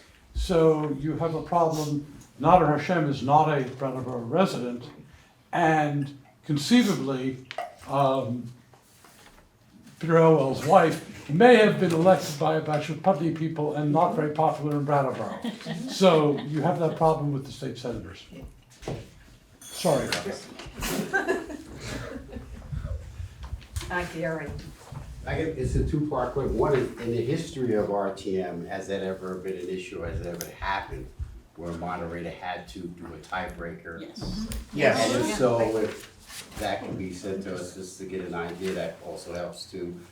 And I guess second, I think being a town rep and town meeting rep, I believe you're not just representing your district, but you're representing the town. So how to articulate that in writing, you could probably put that in writing too. The state reps represent each district, the same districts that. Oh, no, the RTM representatives, I'm saying. Basically, in my district, I represent District 8, but in that sense too, I'm still representing the town meeting. So when someone asks the question, well, do you represent just your district? No, I represent the town in general, you know, so in that language, how do you articulate that person asked that question that they asked us recently? Tom, hasn't said anything. Tom Mosikowski, District 8. I actually don't have really anything to advocate for regarding the ex officio members, but related to that, and kind of maybe people have been skirting around the topic a little bit about the conflict of interest section in our charter. It's not clear to me if that is addressing town meeting. Right? It says, no member of any town or town school district board, commission, or committee. I don't think town meeting is a commission, committee, or board. But so whatever you guys decide, I, you know, request looking at the conflict of interest section and adding some clarity there. And then that could help inform which members. That's actually pretty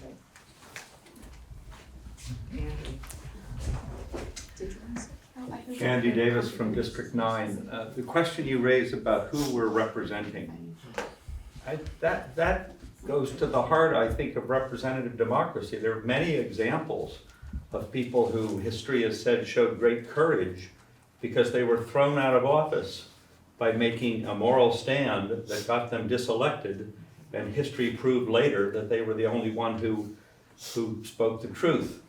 And how do we tell who we're representing? A vote to raise taxes to help a certain group of town, citizens might be interpreted as representing and looking up for the dispossessed, but that's raising taxes. There's so many judgments about what you're doing that you're trying to represent the best interests of town. I get what people are saying. If you only live in one milieu of town, and this kind of is sort of Marxian in its analysis, that someone might say, well, I only represent the bourgeoisie because I only hang out with the bourgeoisie. I was a public school teacher for 32 years, so I do look at things through many different lenses as a town meeting representative. And I'm afraid, maybe I'll get thrown out for saying this, but I've never felt like I'm voting only for the interests of my district. The interests of my district are so varied, they're very similar to the interests of the other districts. I think that is a legislative construct so that we conform with other systems of government in Vermont. But if you're a town meeting representative, I believe you're representing and striving to make the best decision, balancing the conflicting interests of the complex system we call Brattleboro. Christina Shiane, District 8. I think that I couldn't possibly represent the whole town, and although that is one way to go, there is another way to go too. And someone mentioned neighborhoods, and if you actually represented a specific neighborhood, it could be a lot more, what's the word? Like where something works, you know? Effective? Effective. It could be a lot more effective if you actually did represent your neighborhood, and that is how I acted as RTM. I asked all of my neighbors that I could find how they felt about each article, and I voted accordingly. And I could see a future. Instead of going back into history, I'm gonna go to the future and say I could see a future where representative town meeting actually was you representing your neighborhood, and it would become clear the people who were there with self-interests, and maybe they wouldn't be elected anymore. But there is another way to do this, and I think that the way we've been doing it, and even the way that our forefathers have done it, actually isn't working. So I think it would be a good time as ever to try something new and actually talk about who you represent. And it just, if you use logic, it makes a lot more sense that you actually represent specific constituents. If you are going to say, I love the sentiment of representing a whole town, but that's just not logical. You can't represent all 12,000 people and think that, and your opinion on the bigger picture of how the town works is your opinion. Hopefully you've taken into account some people, but it's really hard to do that as a human. So if we kind of like are logical and pragmatic about it as representatives, we can actually have a more diverse representation of the town. One last comment. One last comment. We gotta roll or we're I gonna- guess this is basically what I'm saying, Gary Shot, it's basically what's on the agenda. Yes, you in reality, you probably can't, represent everyone in town, and don't know anyone, but I guess whatever's on that agenda that affects everyone in that town would be more adequate to put it in that sense. The particular topic or whatever is on that agenda, because everyone has their own different views on different things, so whatever topic is on the agenda, that's basically what we represent.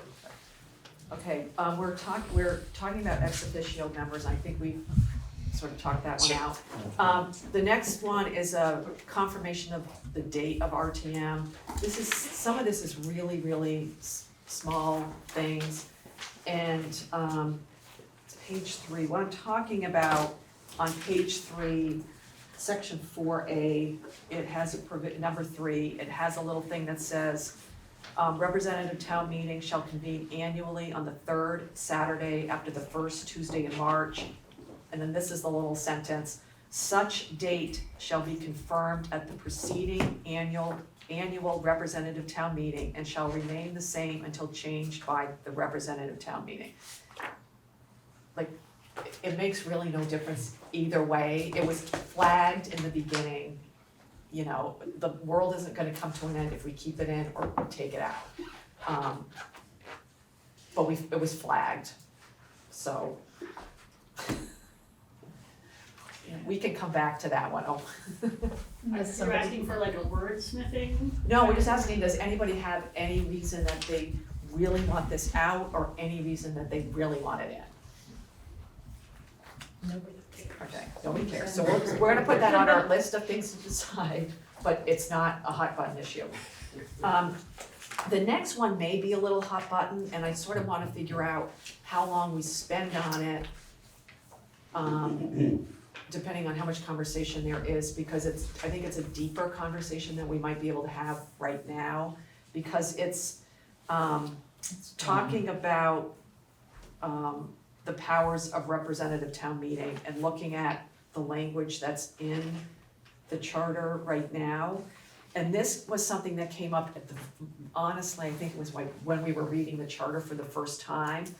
And the actual part of the charter that we were looking at in reference to this language was Article 2, Section 4A, and it's number 2, which is on page 3. And again, this is when we were going through this is what the language we tagged was. Representative town meeting, that's all about the 140 members and everything, and then it says representative town meeting exercises exclusively all powers vested in the voters of the town. That one little sentence is what we tagged with that, and there's, I think, more to the charter about RTM than that one little sentence. So it's depending, I don't know what we wanna do about, I'm sort of looking at the other commission members here. This is a bigger discussion.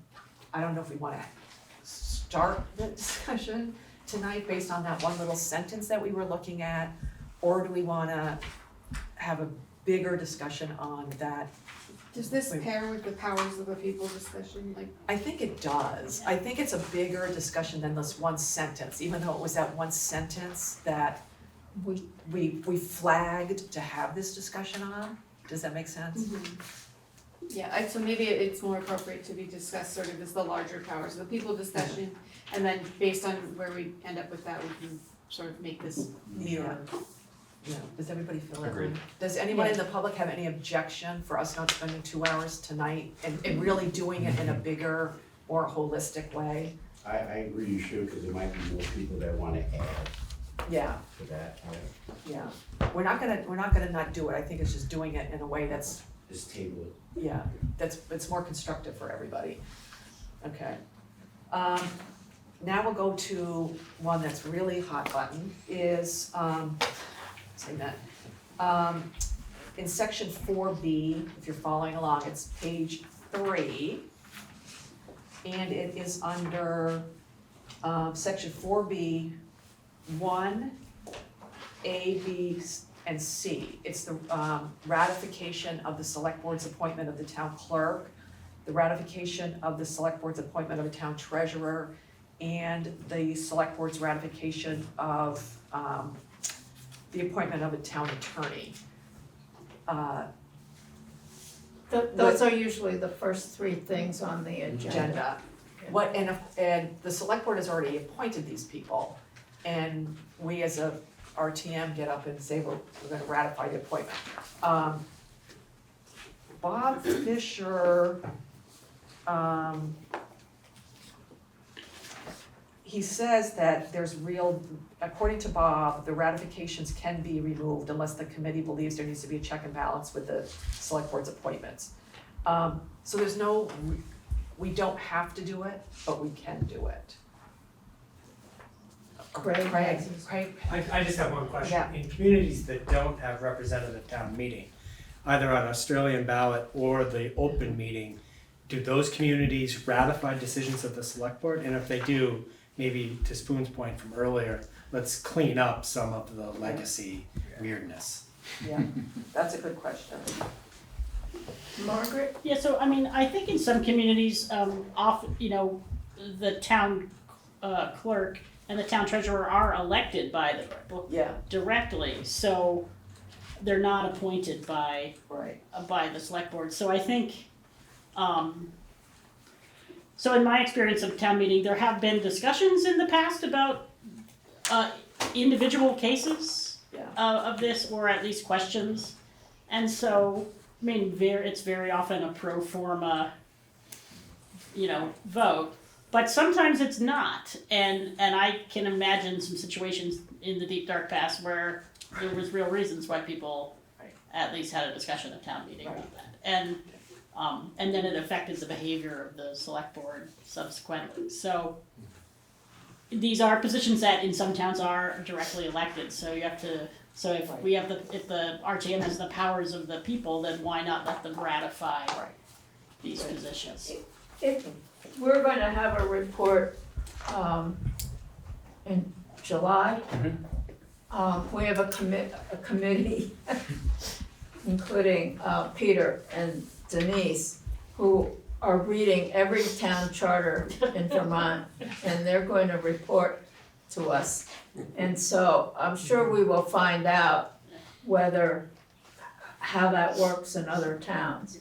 And so maybe we just table this until we unless there's some strong feeling that we need to ratify the appointment. Yeah. Aaron Smith, District 9, I think it allows a check and balance for the public. I think removing it would remove some of the public's ability to weigh in. If you had a select board that felt a certain way about a certain somebody, but it may not be justified, there'd be no way for the town to change that. I think leaving it in allows a check and balance. Hannah. The statute covers all of this.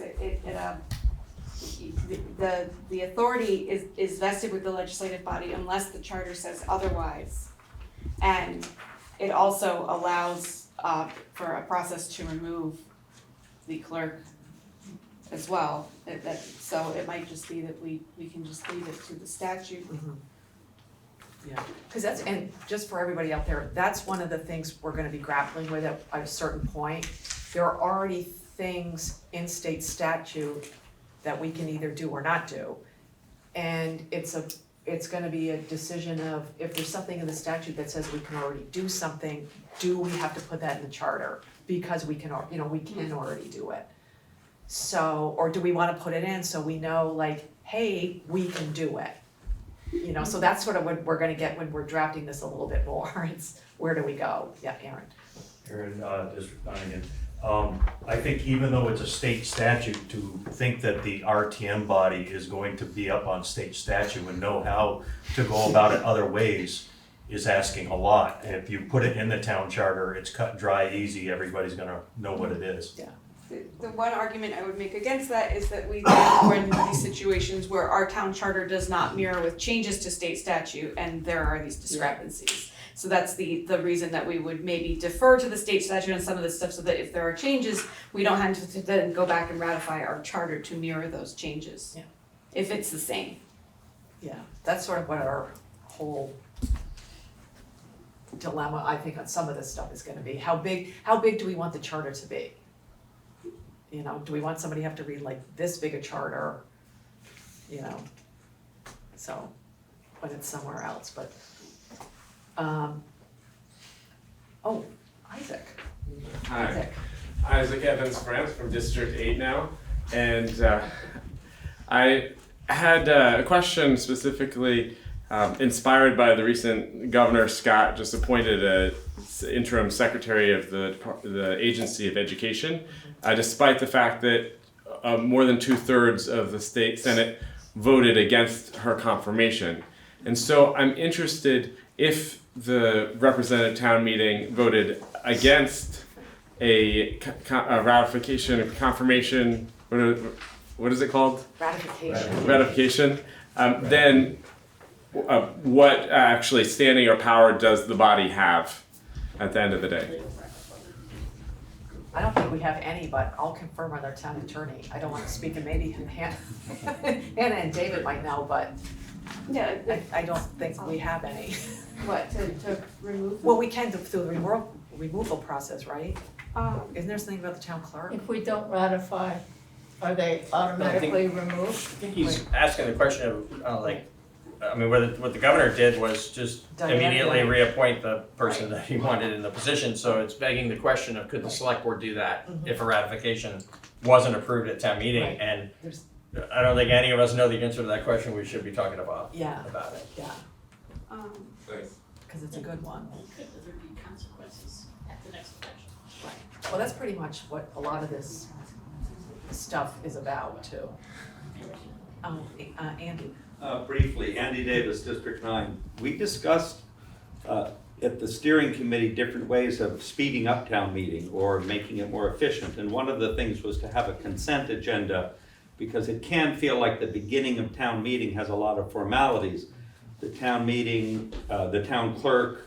But I do remember times, and I spoke for leaving that in there for one thing, because we have had people at town meeting get up and say we should have a different official in a certain position.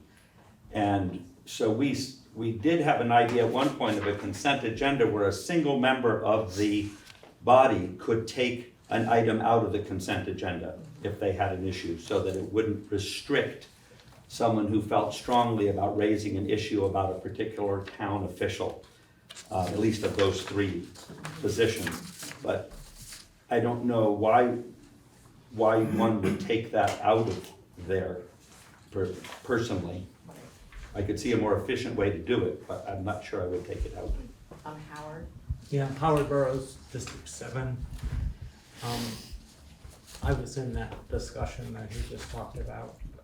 I'm not sure that really anything should be discussed at town meeting if it hasn't been either presented as important by the select board or brought up by one or two members of the community. And I think having it listed like these are the things that you could dispute would be a fine thing.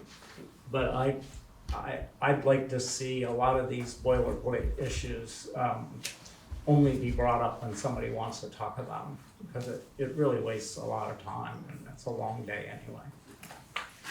Tom? I've already said my name. I have papers on my lap. It's late and everyone else is sitting, so I'm gonna just go right into it, but with that long intro. My read of this statute right here, when we're talking about removal of the example of the clerk, it says a municipal clerk so appointed may be removed by the legislative body. That's the select board. That's not the townspeople. So that statute doesn't seem to cover the townspeople having a check. The check is that they have to approve the appointment in the first place. Oh, instead of what we do is after the fact, this would be beforehand? No, right now, And you can also file a petition for reconsideration or rescission under that statute as well. 500 signatures. we'll get clarity on too with Bob on what happens if the RTM doesn't ratify the appointment. Yeah. I think that's an important thing, that's like key for us to know. So I wrote that one down. I'm just gonna jump in and say that under B, in representative town meeting, the representative town meeting shall A, ratify or reject the appointment of the select board of a town clerk. And under the next one, ratify or reject the appointment by the select board of a town treasurer, and the same for the town attorney. Yeah. Right. We Yeah, just so don't the know what it question means. is, I'm sorry. Oh, yeah, So the question is, should we keep those provisions or Right. should we take them out? right. Yeah. Or do we clarify what we're talking Or about? modify? Right, because we have no idea, we're sitting here now not knowing what happens if we do that. So, okay, now the next one, and again, I can be overruled on this. This is about the voting districts. I kind of feel like we've heard a lot from everybody on how they feel about voting districts right now. So I don't know if anybody has anything last thing to say, but I think in the beginning, we had this, actually through this whole thing, we've always pointed on that, David. I beg to differ. Oh, you did? David Okay. LeBlanc, District 3. I am different. That's why you're here. Credit, I guess, to Millicent Cooley for raising the question of neighborhood districts. And I've done some thinking about this. I'm not clearly on one side or another. Let me just make a couple observations that I think you need to think about. Number one, that's an administrative complication for the clerk's office. Second factor, of course, is you'll still be governed by one person, one vote. But let me also mention that you might have multi-member districts of 3 or 5 representatives from a geographic area, or single-member districts. There's no rule that you can't mix and match those sorts of things. I do wonder if neighborhood has the same meaning around town.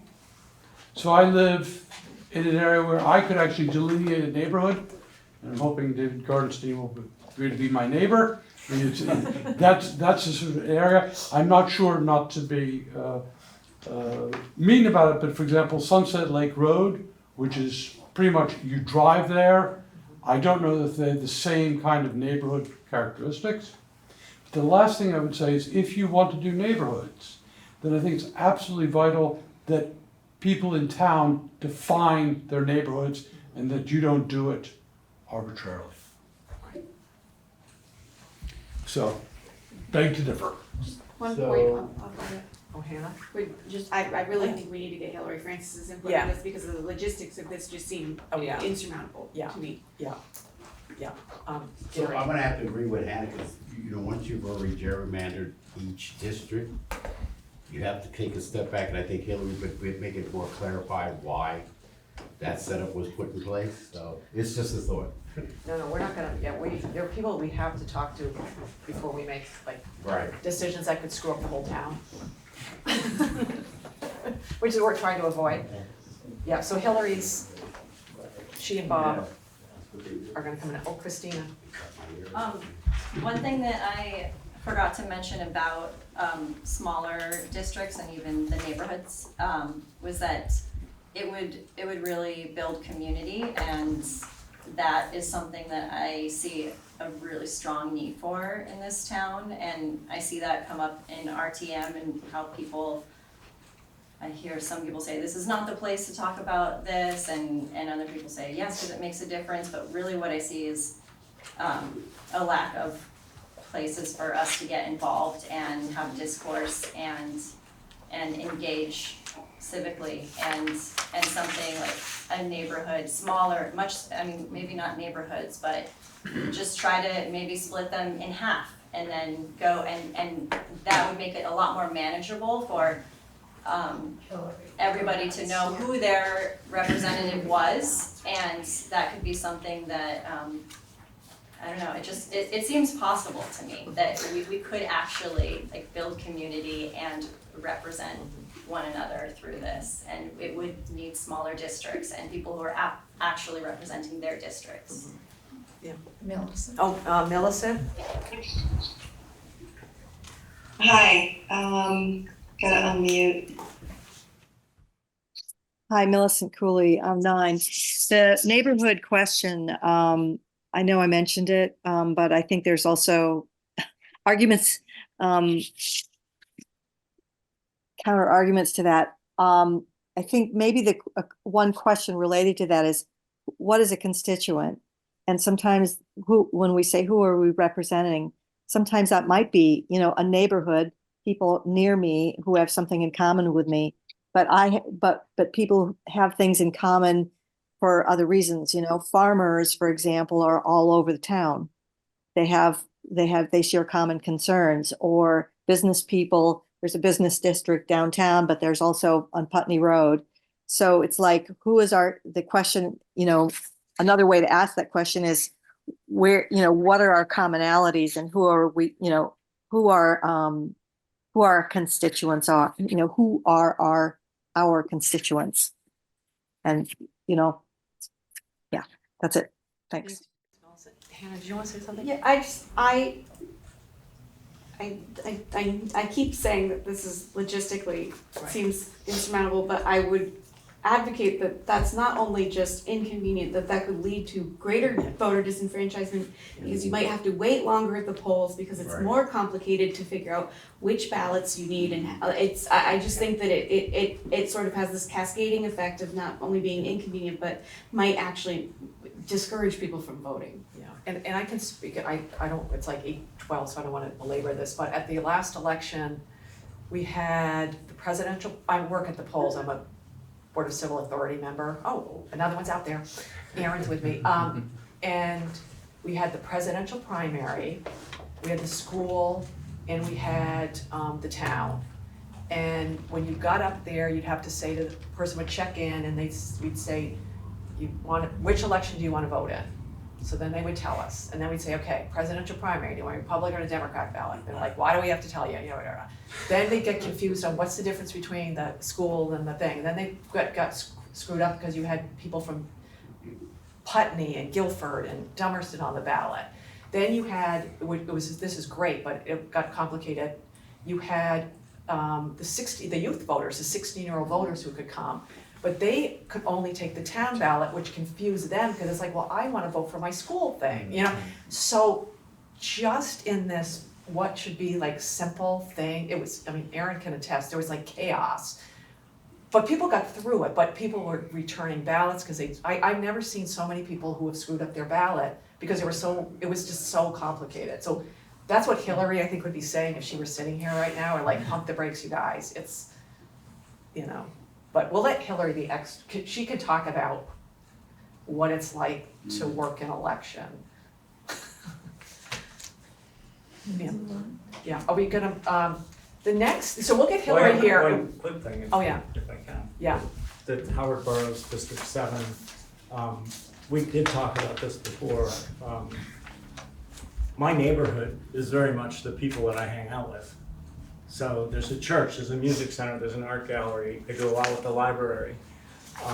That's my community, those are the people I'm representing. So I think at large is a good idea, as long as you get 10 names who are people in town that actually trust you. The 10 names don't have to come from your district even now.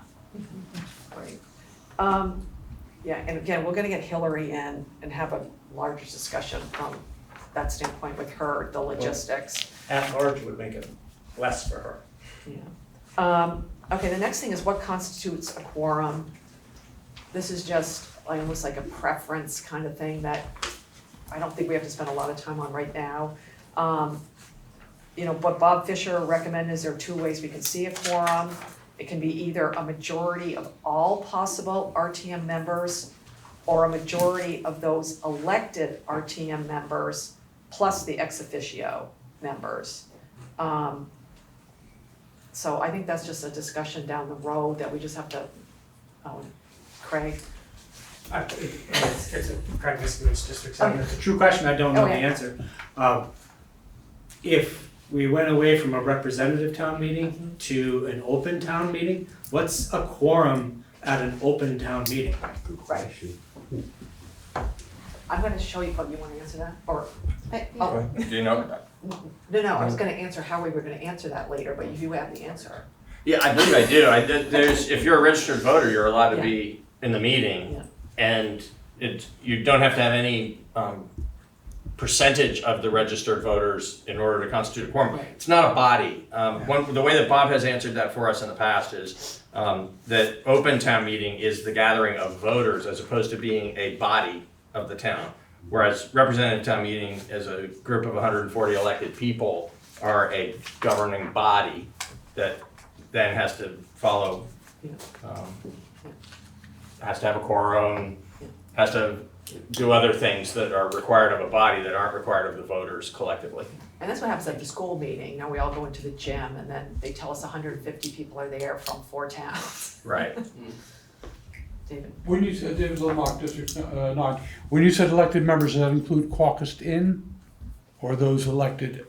I believe. Included caucus. Included caucus. Yeah, It would, Okay. it would be everybody. Okay, but they're considered Yeah. elected as well? Yes. Yeah. Okay, just to clarify. It's my understanding that state law for all municipal boards, committees, and commissions requires that quorum is the majority of all possible positions. So I think it just makes sense unless there's a good argument for the other way, just to harmonize it with that. There's enough for people to learn why I make two things, two different cases. yeah, it's just that the language in the current charter is not very clear. Clear. Right. Yeah, we just Let's want to, harmonize it. yeah. Everybody, that's what we go through every year. It's like, what is a quorum? Then we have, should the practice of caucusing members in be continued? That part is in the charter on page 15. Now, there's one thing I just want to explain to people, and I should have explained this in the beginning. When we get to page 14 in the charter, you're gonna see it's the Addendum A Acts of 1959.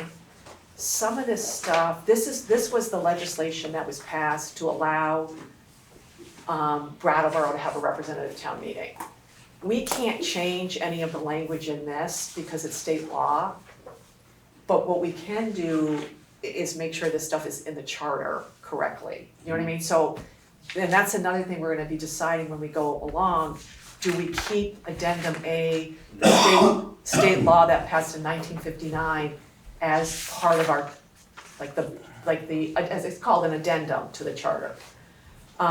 So you're not gonna see us, as we're going through this process, changing page 15, because it's really nothing that we can change. I don't know if that makes sense to anybody. But we can, we're gonna, everything we're talking about, if we clarify it, we're putting it somewhere actually in the charter that we have the ability to change. Does that make sense to everybody? So I think the caucusing in, and to me, the caucusing in is dependent a lot upon the number of people we think should be members. Do you know what I mean? Obviously, right now, we have to caucus people in because we don't have enough people, but if we choose to lower it and then hope we don't have to caucus people in? But as Bob Fisher was saying, did he say, somebody said to me, You have to we be have able to to fill vacancies. There has to be a way to fill vacancies, and right now, the way to fill vacancies is through caucusing. Now, whether the intent in the beginning was to allow 10 people to caucus in, as opposed to just filling a vacancy because one person has resigned, is a different intent. Gary? Well, that was the situation I had this year of getting people in the district. You had, when you have to get a certain deadline, and when you're told you have to get 4 more people, and that becomes very Right. You know, how do we navigate those waters, and you don't have that, or a person's in the wrong district, forgot to change Yeah. their address, so Yeah. running into those things. Yeah, yeah, there has to be a way to fill vacancies. Yeah. Craig? Craig Misiewicz, District 7, especially if you make the quorum of the possible members, if you eliminated the ability to caucus in, Right. we might not be able to have a town meeting. Right. That's true. Yep. Very good point. Okay. So that's one we've heard a lot on, and the next thing is, the next thing we've sort of talked about back and forth is the need to get the 10 signatures on the petition, and I think we've heard all sides. You haven't. I'd like to frame a question just to see if it spurs any of you to want to offer us something on it, because this is another place where I think it's really interesting. And my sense is, from things people have said and individual conversations I've had with some of you around all these things, that we share a desire that town meeting, whether it be open or representative, and notwithstanding that there might be some changes to how representative town meeting functions, I think we all share the idea that we want to keep it vital. We want people in the community who have an interest in participating to be able to participate, and we want the processes to be understandable and effective. And yet there are some really clearly articulated differences of opinion on some aspects of this. So on this particular piece, we've heard people say that you think it's important that people have to go out and get 10 signatures, because that shows that they're actually putting in some effort to become a town meeting rep, and understanding that there's a responsibility that comes with that, and I'm not questioning that a bit. It's also true, it's just a fact, that when the pandemic came on us and some things had to be relaxed, one of the things that got relaxed was people having to go around and get those 10 signatures, and you could instead just submit a form, it was called a consent form, to the town clerk's office to say, I want to be on the ballot. And so it was just your own self-nomination was good enough for that period of time until it went back to being the 10 signatures again. And during that period of time, we had fewer vacancies. There were more people on the ballot. It actually, on this question of accessibility and encouraging people to participate, the consent form actually did result in more people stepping forward to say, I want to be part of it. So I'd love to hear from y'all around your sensibilities about it. Get rid of the Everybody. David. David Littlemock, District 9. I like the idea of going out and getting petitions. Now, obviously, one way, if you want to increase participation, is let's have another pandemic, but I don't think that's where you're going. I don't think that's where you're going. I think if someone is going to represent their neighborhood, their district, the town as a whole, I think it's not unreasonable for them to go out and ask people for permission or authority to do that. It also means, I think, in my case, and I suspect for a lot of people, that's how people in my area know I'm a member, because I went to ask them for their support.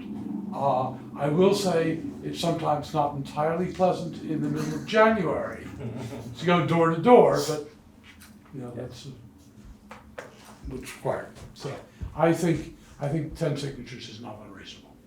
Christina. I was just gonna say that it might have been because everybody was home and not. That is why it was done. I'm just curious whether you think that Well, no, I just is mean okay. that you might have had more participants just because people were trying to fill their time. They're bored. Yeah, it's not necessarily correlated. Okay, thank you. Yeah. People are like, oh, I Oh, Andy. I think it's true that if you're an incumbent rerunning for a seat, you can simply sign your name. And I actually, when I got that, I thought, this was not self-interest, I thought this is a little unfair. It's rewarding the power of incumbency, which is a big issue in our whole democracy. And I thought, why not make somebody rerunning go out and find if they have support? Because I tend to agree with the view that 10 signatures is not too much. If you want us to be more representative, saying that we can self-nominate ourselves flies completely in the face of that goal. Marta?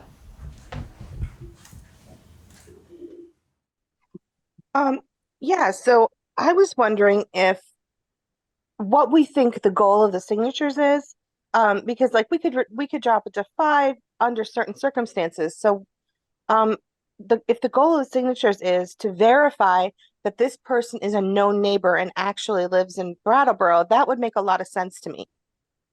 I have heard some rumors that there were people who had lived in Brattleboro or owned a home that was not their primary residence in Brattleboro, but had served on RTM for years. So maybe having it be an affidavit of 5 neighbors that this person does actually reside in Brattleboro might make sense. But I'm not really clear on what the purpose of the 10 signatures is as relates to like, why would you need 10 people to like just say that, like, it doesn't make sense. But if it was like an affidavit of like, I am a neighbor and I know this person lives, their primary residence is here in Brattleboro, that would make sense to me.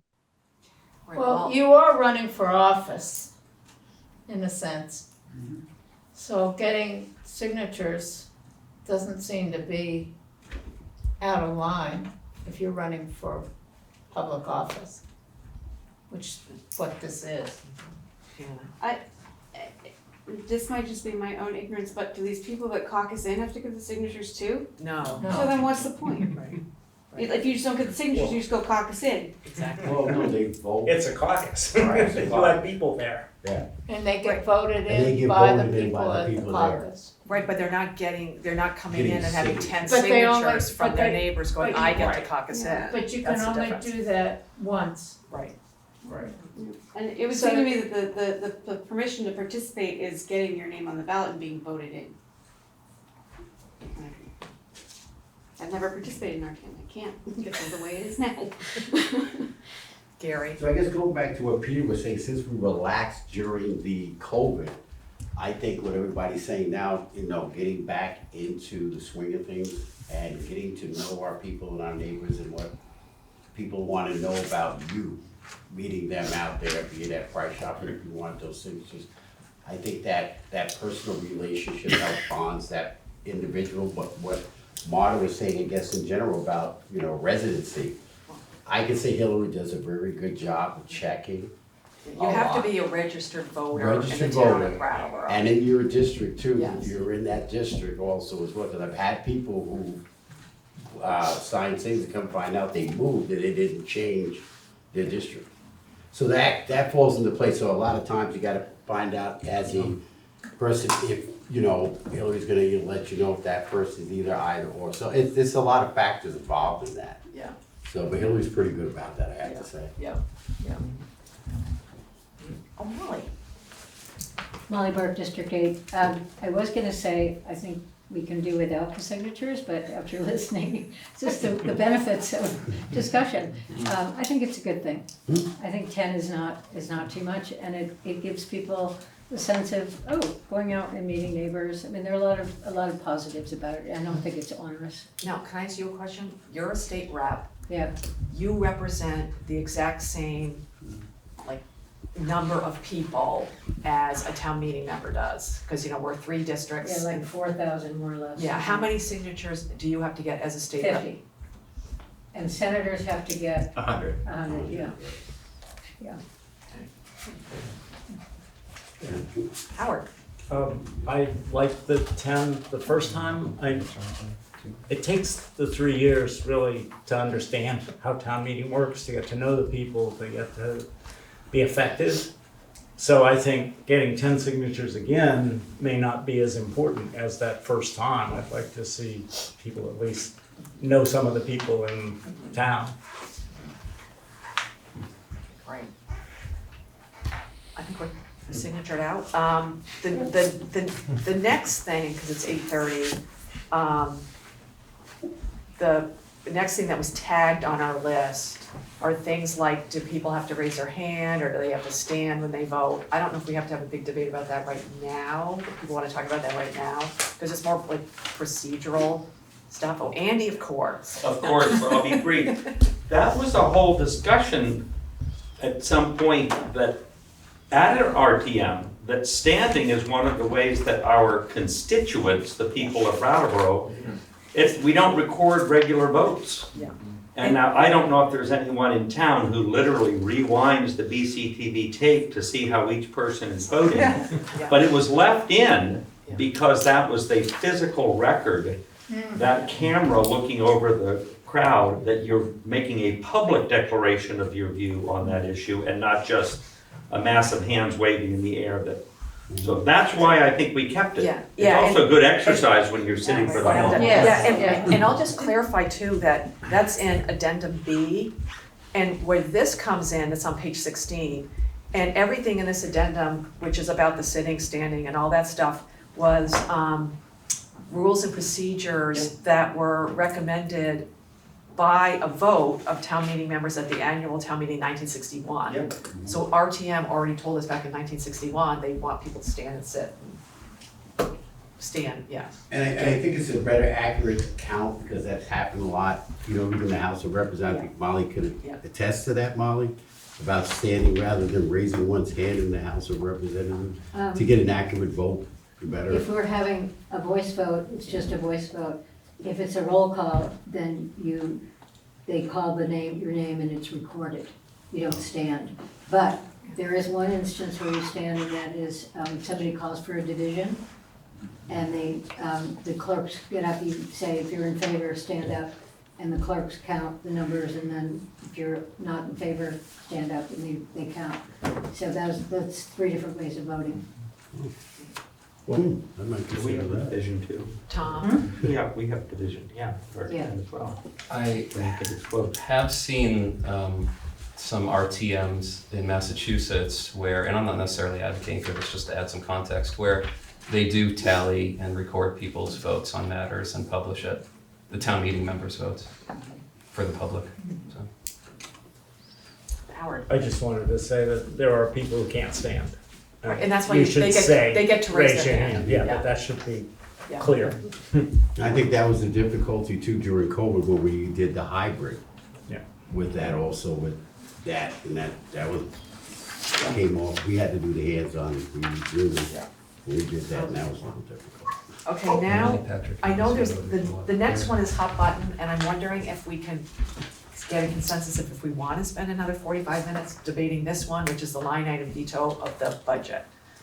Do we wanna talk about it tonight, or do we wanna, what are people's feeling? They can't. Happy to keep going. You wanna keep going? I'm do whatever. Keep going. Well, it's not, Do we wanna have Bob here? legally, we can't do it. Well, there's a debate about that. I'm wondering if maybe it's a better discussion to be reserved when Bob can be here Yes. to field questions, because it does seem, Yeah. based on what he's presented to us, Yeah. that I would agree that Yeah. we can't do it, but maybe he could explain that Yes. better. I think Town so, attorney. I think so too, because when we could talk about it a lot and hear what people said, I know Tom gave us a memo, Bob Ogier sent us some information, Bob put some things together, and some of it is like seeing it from the same thing from different ways. And I think if we do talk about it, we'll be talking amongst ourselves and have a whole big list of things that we wanna ask the town attorney. Is that okay? Is that okay? Yeah. Do we wanna hear anything tonight? Okay, and we'll make sure, we have to do it on the night we know Bob can be here. We'll have to coordinate with him on that one. The other thing is Robert's rules. It's not currently specified in the charter. I don't know if David is still on and he wants to give his opinion on Robert's rules, if he's hanging in there, or, My recollection is that it may say in the statute that Robert's rules are used for the rules of procedure. I'm not positive. Certainly the convention all throughout the state that Robert's rules are the rules of procedure that are used. Yeah. I'm not sure what alternate set of rules would be used. Either. Yeah. Yeah, and Bob Maybe Fisher, proposals, but yeah, and Bob Fisher's recommending that we put, that it's Robert's rules. It is statute. Yeah. David's correct on that. Okay, so that's an easy one.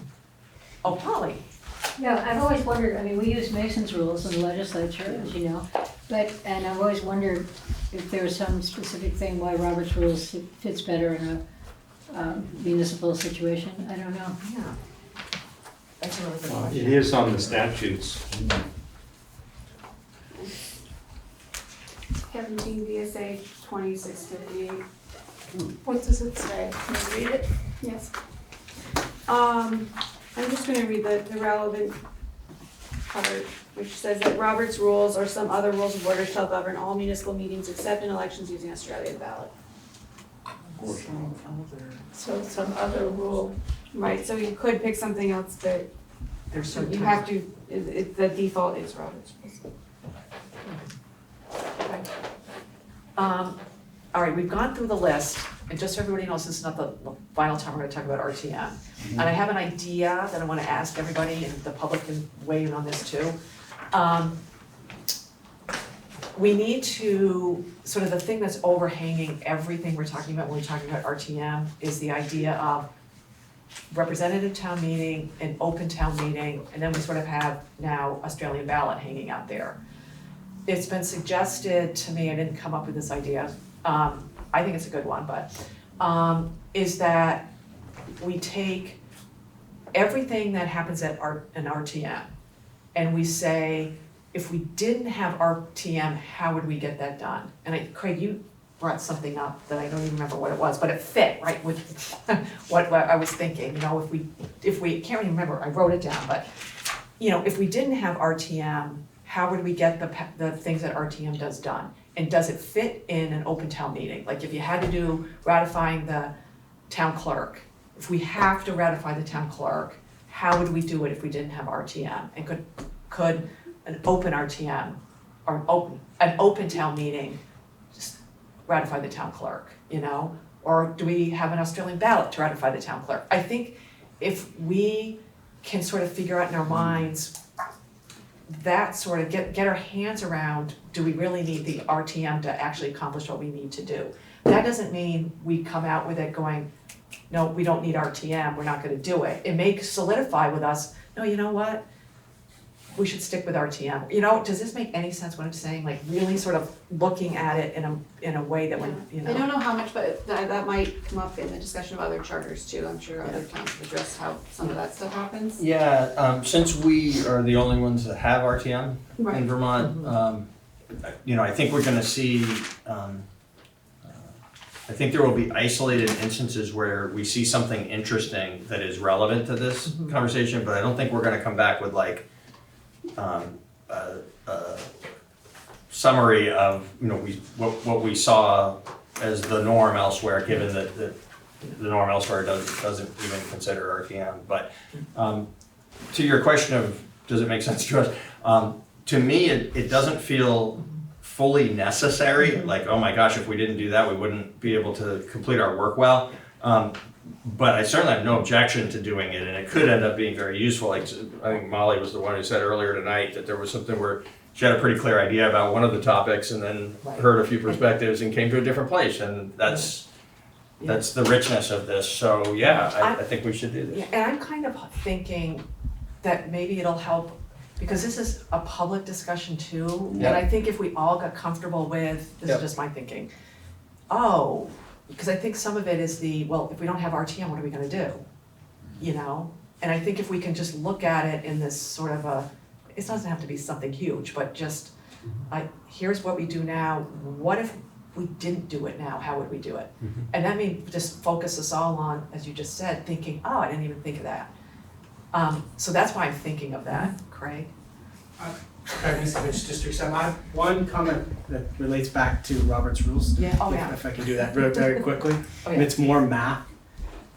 So in addition to the math I did about the number of vacant positions, I've also done a lot of math on the length of the meeting. And so I would advocate that whatever meeting rules allow for the most efficient meeting enfranchises the most voters. Because, and I know that causation is not, or correlation is not necessarily causation, but 20 years ago, when we also did the school budget, the mean number of hours for a meeting was 6.5.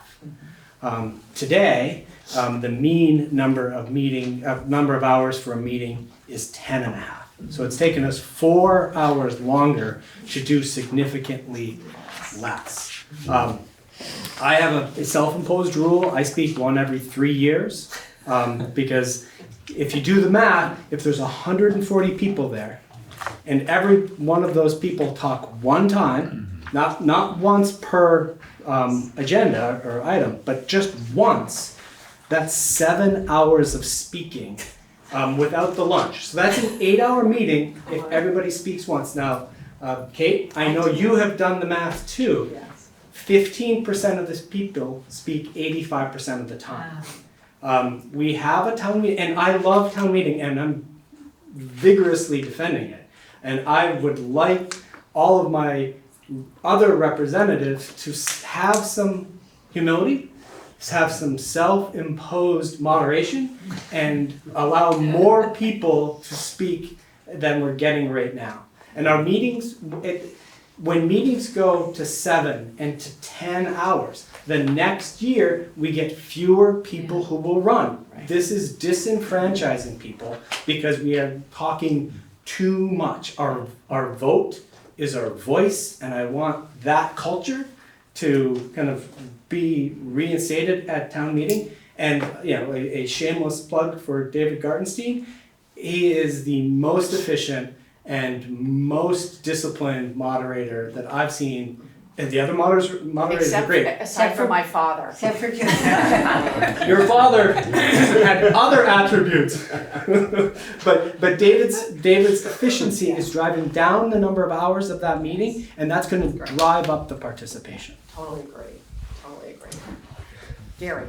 So I'm just thinking to myself, every year, and I got a lot of different town meeting books, some are thinner, some are fatter, depending on what's on the agenda, what important questions or things are on the agenda that people will speak about. So I'm just trying to feel out, you're stating basically, Craig, I guess this is an interrogation in a way, of people limiting what they say. Well, what kind of a mechanism would you put in place to limit people's feedback or...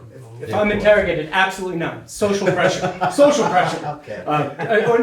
And just a plea to people that not everybody needs to speak on every single issue. And if you stand up and say, like Craig said, sit down. It's not helping the conversation. Okay, so are you folks fine if we were to create like a chart that we would go through? And I'm just hoping it helps the public just as much, so we all are centered on the same thing. Then the other thing, what we need to do, and this sort of came up when we were talking earlier, is we need to start getting a timeline on when we're gonna start getting done. Because we actually have to, one of these days, start making decisions. Oh, I'm sorry, who is that? George. Would you like to hear from George? Is it Carvel, or is it who? Well, I don't know. How do we find out who George is? Is it? It's George Carvel. Okay, George. Okay, I think I've poked enough buttons on my phone. You can hear me now, right? Yeah. I hear where you're going, Kate, on open or RTM, but I'm not sure it's just a two choices. Our charter sets out a lot of things besides the fact that we have representatives. So by open, do you mean what all the other towns do and the whole thing's controlled by state law? No. Or are you thinking of a charter that has an open meeting but has other parts of the town government specified? Yeah, what I'm saying is there's a whole bunch of stuff RTM does now. Say we didn't do it, how would we do it? And I'm just using it as an example. Could we do it through open town meeting? Or is there another way that it gets done? I'm not specifying, let's pick between, I'm not saying let's do this chart so we can decide RTM and open RTM. It's just a way to figure out are there other ways to do what we need to do other than having representative town meeting? Do you know, I see what you am I making sense? It's like, What are the mechanisms for getting these done? right, how do you get something done if we don't have RTM? And if we didn't have RTM, it could be either way, George, Right. from what you said. Right. It could be just rely on the statutes, or it could be that there's some separate provisions that are in our own charter but speak to something other Yeah, and, than RTM. and it may be as simple as we have to pass a budget. We don't need a representative town meeting to pass a budget. Right. We could do it in the open town meeting, or we could do Australian ballot, or maybe there's a third way. Yeah. Do you know what I mean? So it's kind of defining for ourselves, we've always been doing something a certain way. Is there another way that's maybe more efficient, or, you know, that's what I think the exercise would be for us. Because we're just all used to one way of doing something, and we think that's the only way we can do it, but that's, might not necessarily be true. Does that make sense, George? Yes, I hear what you're saying. The piece that's missing, and we don't want to go there tonight, but the charter outlines powers that the town has. Yep. And I think some people, and I'm one of them, want to suggest adding some things to the town charter that aren't there now, giving the town more power to do things in certain areas. Yeah, and that's all in the mix of this thing. We will have a discussion of that. It'll be on the agenda at some point. I don't know when. Yeah, we're gonna do powers of the, but I see what you're saying, there's more than just the list of here's what RTM does. There's a whole lot of layering to all this stuff. So I totally understand what you're saying. He wants to add something. Why I guess everybody I'm go worried crazy? that you're bringing up. Oh, Aaron? Yeah, so to your point, you know, could we get done what we need to get done without RTM? Anybody have any idea why we started doing a representative town meeting instead of the other style? We What precipitated that? It actually was precipitated by a local resident who eventually became a state senator in Wyndham County, Bob Gannett. And he was from actually Massachusetts, and then he moved up here. And this is not the reason that you should not do town meeting, but it was the space that they used to have, this is one of the reasons, it's not the driving reason, but there were certain things that were going on in town. The space where they used to hold representative town meeting wasn't big enough for the number of. Open town meeting. Open town meeting, yeah, open town meeting was not big enough to fit all the people that wanted to go. We wish we had that problem now, you know what I mean? So, it sort of evolved for him into like, let's look at this and take what we've seen in, you know, Massachusetts. There is a history, Yeah. a link to a very nice history on our page, Yeah. on the Charter Commission page. But in a nutshell, that's kind of how it all started. And he was in the state legislature and We he used was. to have too much participation. We had too much, that's how it all was driven, too much participation. So that's how all, that's just one reason, but that's sort of what got it in his mind, like, what are we gonna do, we have too many people, and then he wanted to make it, you know, he was a legislator in his thinking about this, and in so many ways, I mean, he did a really wonderful job to get us this RTM system that we have. So that's how it all happened, back in the 1950s, and it became actual, well, it was 1959 or 1960, we started this. So, I mean, we could have 2,000 people show up. Wouldn't that be exciting? Andy? It sticks in my mind that the town he was from was Milton, Massachusetts. I think it was. And one of the mysteries that I've pondered through the steering committee and through even now, this evening, is that Milton, Massachusetts has currently 279 members. Their town meeting lasts 3 days. Wow. And they are the legislative body of the town. And I've always wondered how we modeled what we do in Brattleboro on this institution in Massachusetts when ours is totally different legally, Yeah. and in all manners. That's always been a mystery, and that history, I've read that history, does not answer that question. What about Brookline? Brookline has that too. Christina. More efficient. I'm just not sure that we want to go down the path of making things shorter and easier, and when we get afraid of changing things because it's logistical nightmares or that would be a mess, those would be quality problems if we had to have 2 polling places in Brattleboro, and there's so many people who would volunteer there, and I think people want to talk more, not less at town meeting. I think the question is, why is town meeting not working, and answer that question. And it's obviously not working because you're considering getting rid of it, and things that don't work don't last. And so what's not working about it? We haven't decided whether. Nobody's talking about getting rid of it. We're looking at all the options, We've okay? been talking about that all night. Yeah. I think it's a pointy discussion to have, because every other town in Vermont does this other way and they make it work. So I guess if we're saying ours isn't working, this other system is working, why wouldn't we look to that other system?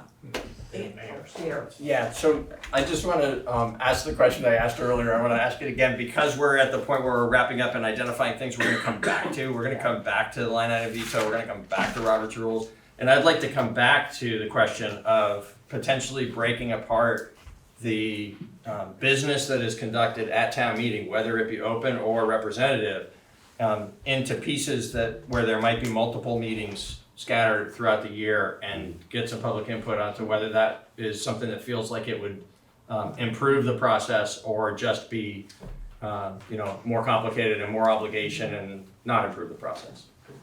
I'm adding that to the list.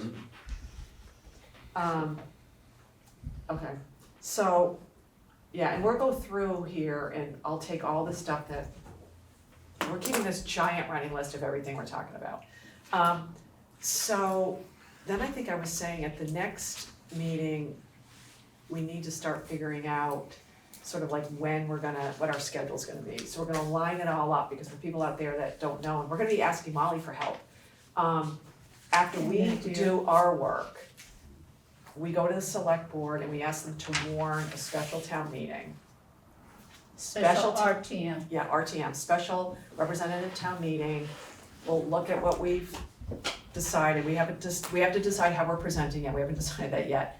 Then after, hopefully, representative town meeting will say, yes, these are the charter changes we want. Then it goes totally out of our hands and it goes to the Vermont legislature. The Vermont legislature has to approve our charter. Then it has to go and, governor signs it. The longest, after we get our thing done, again, it is out of our hands, other people take it, hopefully it goes in the direction we want it to go. But we have to figure out timing wise with us when we wanna get our work done, so that we know when we wanna present it to the legislature. And Molly understands, like, we have to have it, it has to be in bill form, it has to go through committees and all this kind of stuff. So I think at the next meeting, we just need to, I wanna put something together, if we're gonna get it into the legislature in January 2026, this is what our timing has to be to do that. At some place, one thing that you forgot was someplace in there, we will have public meetings to discuss a draft of the charter. And that I goes. think traditionally they've been at the 3 elementary schools. Yeah, and that goes into our timing on how do we do everything we need to do to get it to the legislature in time for it to be put in bill form, and Molly knows way more about that. It's Molly. Molly Burke, District 8. Not on this topic, but I just wanted to say that not all towns, other towns have open town meetings. Some towns have city councils, mayors, things like that, where they don't. And I don't know any other towns that are our size, but they have an open town meeting. I don't know. The legislature has given the permission for towns over 5,000 to have a representative town meeting, but nobody has taken them up on it yet. And that is something we'll be speaking more to in the July presentation, is who has open town meeting, and who has systems where they don't even, where the voters don't get a say in some of these bigger decisions, where it's just city councils or mayors. And there's actually more and more communities that are doing it by Australian ballot. I personally think that's really bad for those communities and bad for Vermont, and I hope we don't spend a lot more time talking about Australian ballot. But there are variations across the state, and we're hoping to learn a little something by looking at like this question that you've posed of, is there anybody else of our size that holds an open meeting? I don't know the answer to that yet. And, Andy, How do I get something on your shopping list there to be considered? Send us email Okay. to either Kate or me. Or you can send it to charter@brattleboro.gov. .gov. That's probably the easiest one to remember. The one thing before, I don't know, Andy knows my email. I'm hoping David is still there. We haven't made him go away. Still here. Are you gonna, we wanna talk about, I'm gonna skip over and I'll talk about the June meeting in a second, but we wanna have a meeting in July, if we can get it together, date-wise with all of us or a lot of us, to have the charter, other town charter committee present to us. So the issue is, are we available to meet on July 11th? And I think Patrick had confirmed that that date worked, correct? Yep. The date works, the room's reserved if you choose to use it. Yeah. And David, I think you were away, Yeah. So I don't know if you've, so can you do the 11th? I think the Of rest of us July. all voted to meet on the 11th of July. Yes, I'm available. okay, perfect. Okay, so we're formally announcing right now that on July 11th, we're gonna be having a meeting where we hear about what is going on in other town charters that we may want to adopt or consider looking at for ourselves. And then, Gary, can I just say one thing about June before I forget? In the next meeting that we're gonna have is June 20th here at 6:15. And what we're gonna do is, it's a little offshoot of RTM, but there are committees in town that are RTM committees, which is the Finance Committee, Human Services Committee, Capital Grant Review Committee. And we wanted, the Energy Committee wants to be on there. Yeah, and we'll have the energy, we'll alert Frick.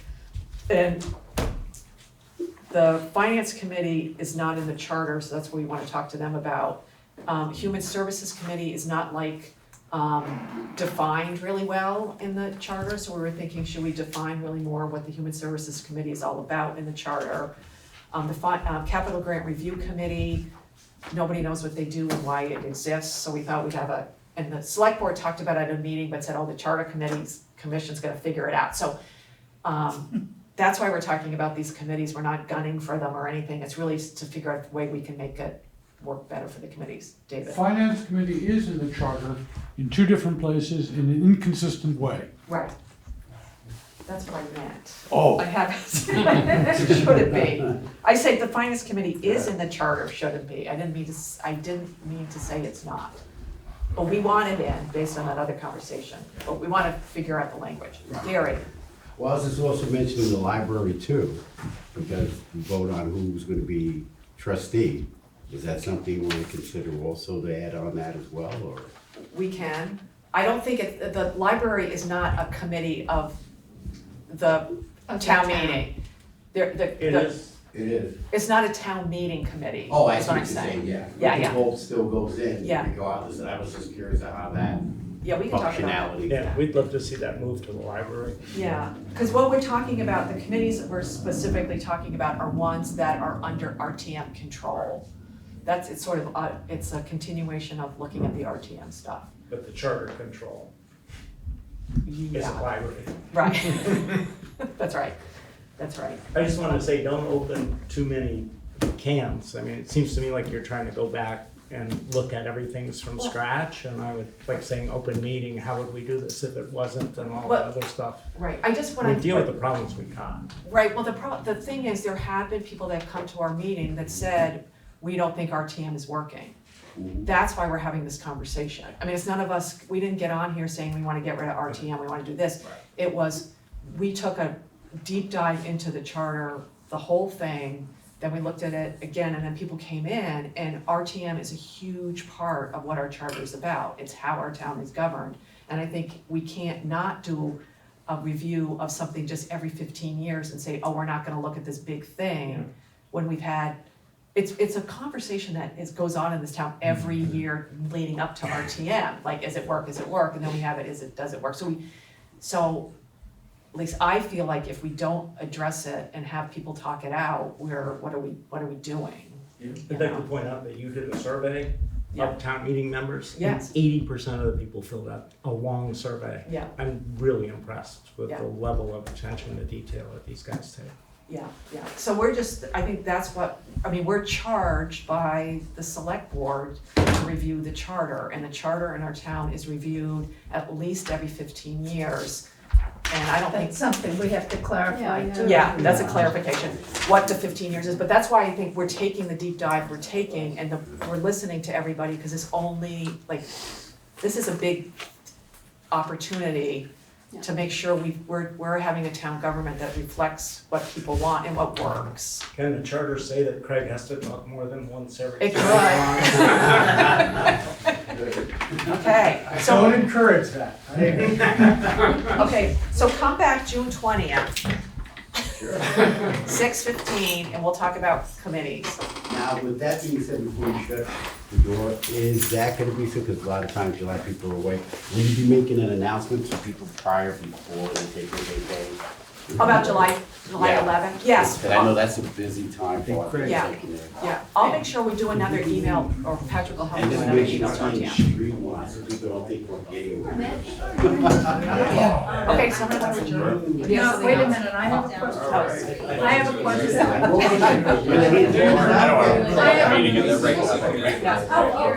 We're not adjourned, so can you keep it down for the recording? No, please. Big You things don't are have to happening. stay, but you can't talk. Big things are happening. Big things are happening. And you can leave if you want, but don't talk. Hey, Craig. I just wanted to make a, bye, thanks, Thanks, Molly. Molly. I just wanted to make a suggestion before we adjourn, and that is that we find that survey that was done. I may still have. I think I still have a copy. And do you know what we're talking about, Patrick? No, Patrick, I'm familiar with it, but I wouldn't he know where wasn't to put my involved. hands on it. I was on the committee. I actually was one I of bet Millicent has it. Yeah, Millicent has That it. would be my guess too. Yeah, we can email Millicent and ask her. I have it Because somewhere. I think that's something that the commission should look at, Yeah. while we're talking about RTM, because that was really quite comprehensive. It was. I don't think we should hang our hat on it though. No, because no, it was but a it's select- another, Yeah. it's another tool. Yeah, to look it was a at. self-selected bunch of people. But a lot of people. Closing question. Yeah, This is my Gary. closing question, so are we gonna use what the statistics were way back, or are we gonna just refresh from the steering committee what the, when we did the survey? Yeah, well, I mean, that's kind of, I would think it's outdated in some it sense. is outdated. That's why I think we look at We it. should do a new. Well, it'll just be one of the other Right, pieces of We information. could just, Yeah. We're not gonna rely on it No. exclusively. George, before we adjourn, oh, Peter had something else. No, I didn't. Thanks. George, we'll give you the last word. Oh, we can't hear you. We can't hear you. There we go. I think I got it. That survey was done on the town's account. And I'm sure that whoever has the administrative password of that account can get to it and get the results. Good. I think I have it somewhere. Yeah, that's good. Thank you, George, for reminding us.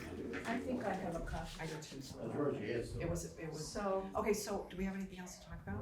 no, Somebody want to adjourn? I'll move. Okay, Denise moves to adjourn. We're adjourned. All those in favor? Aye. We assume, David, you're in favor, if you're still there. The, Bye.